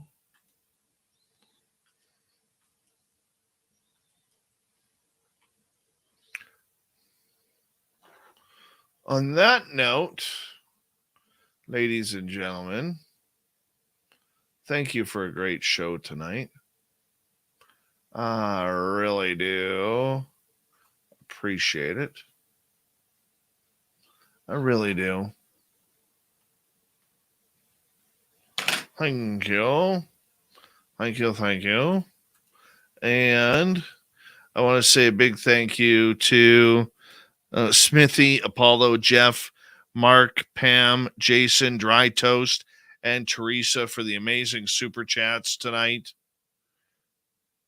I want to say a big thank you to all of you who gave us a thumbs up, thumbs down, thumbs sideways. Don't forget to leave a comment after the show and let us know what you think, because it all helps with our YouTube algorithms.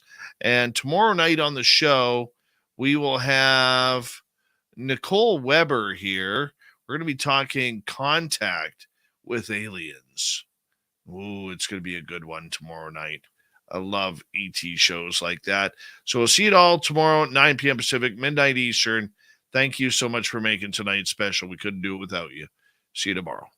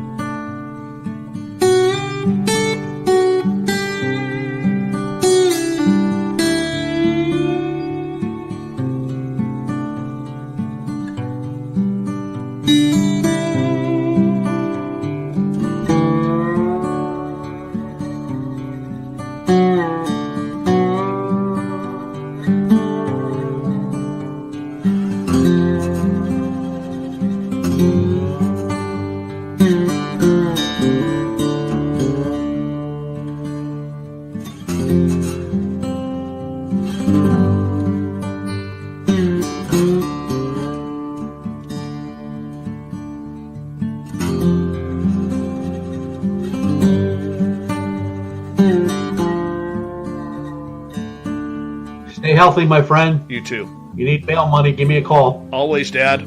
Take care. You too.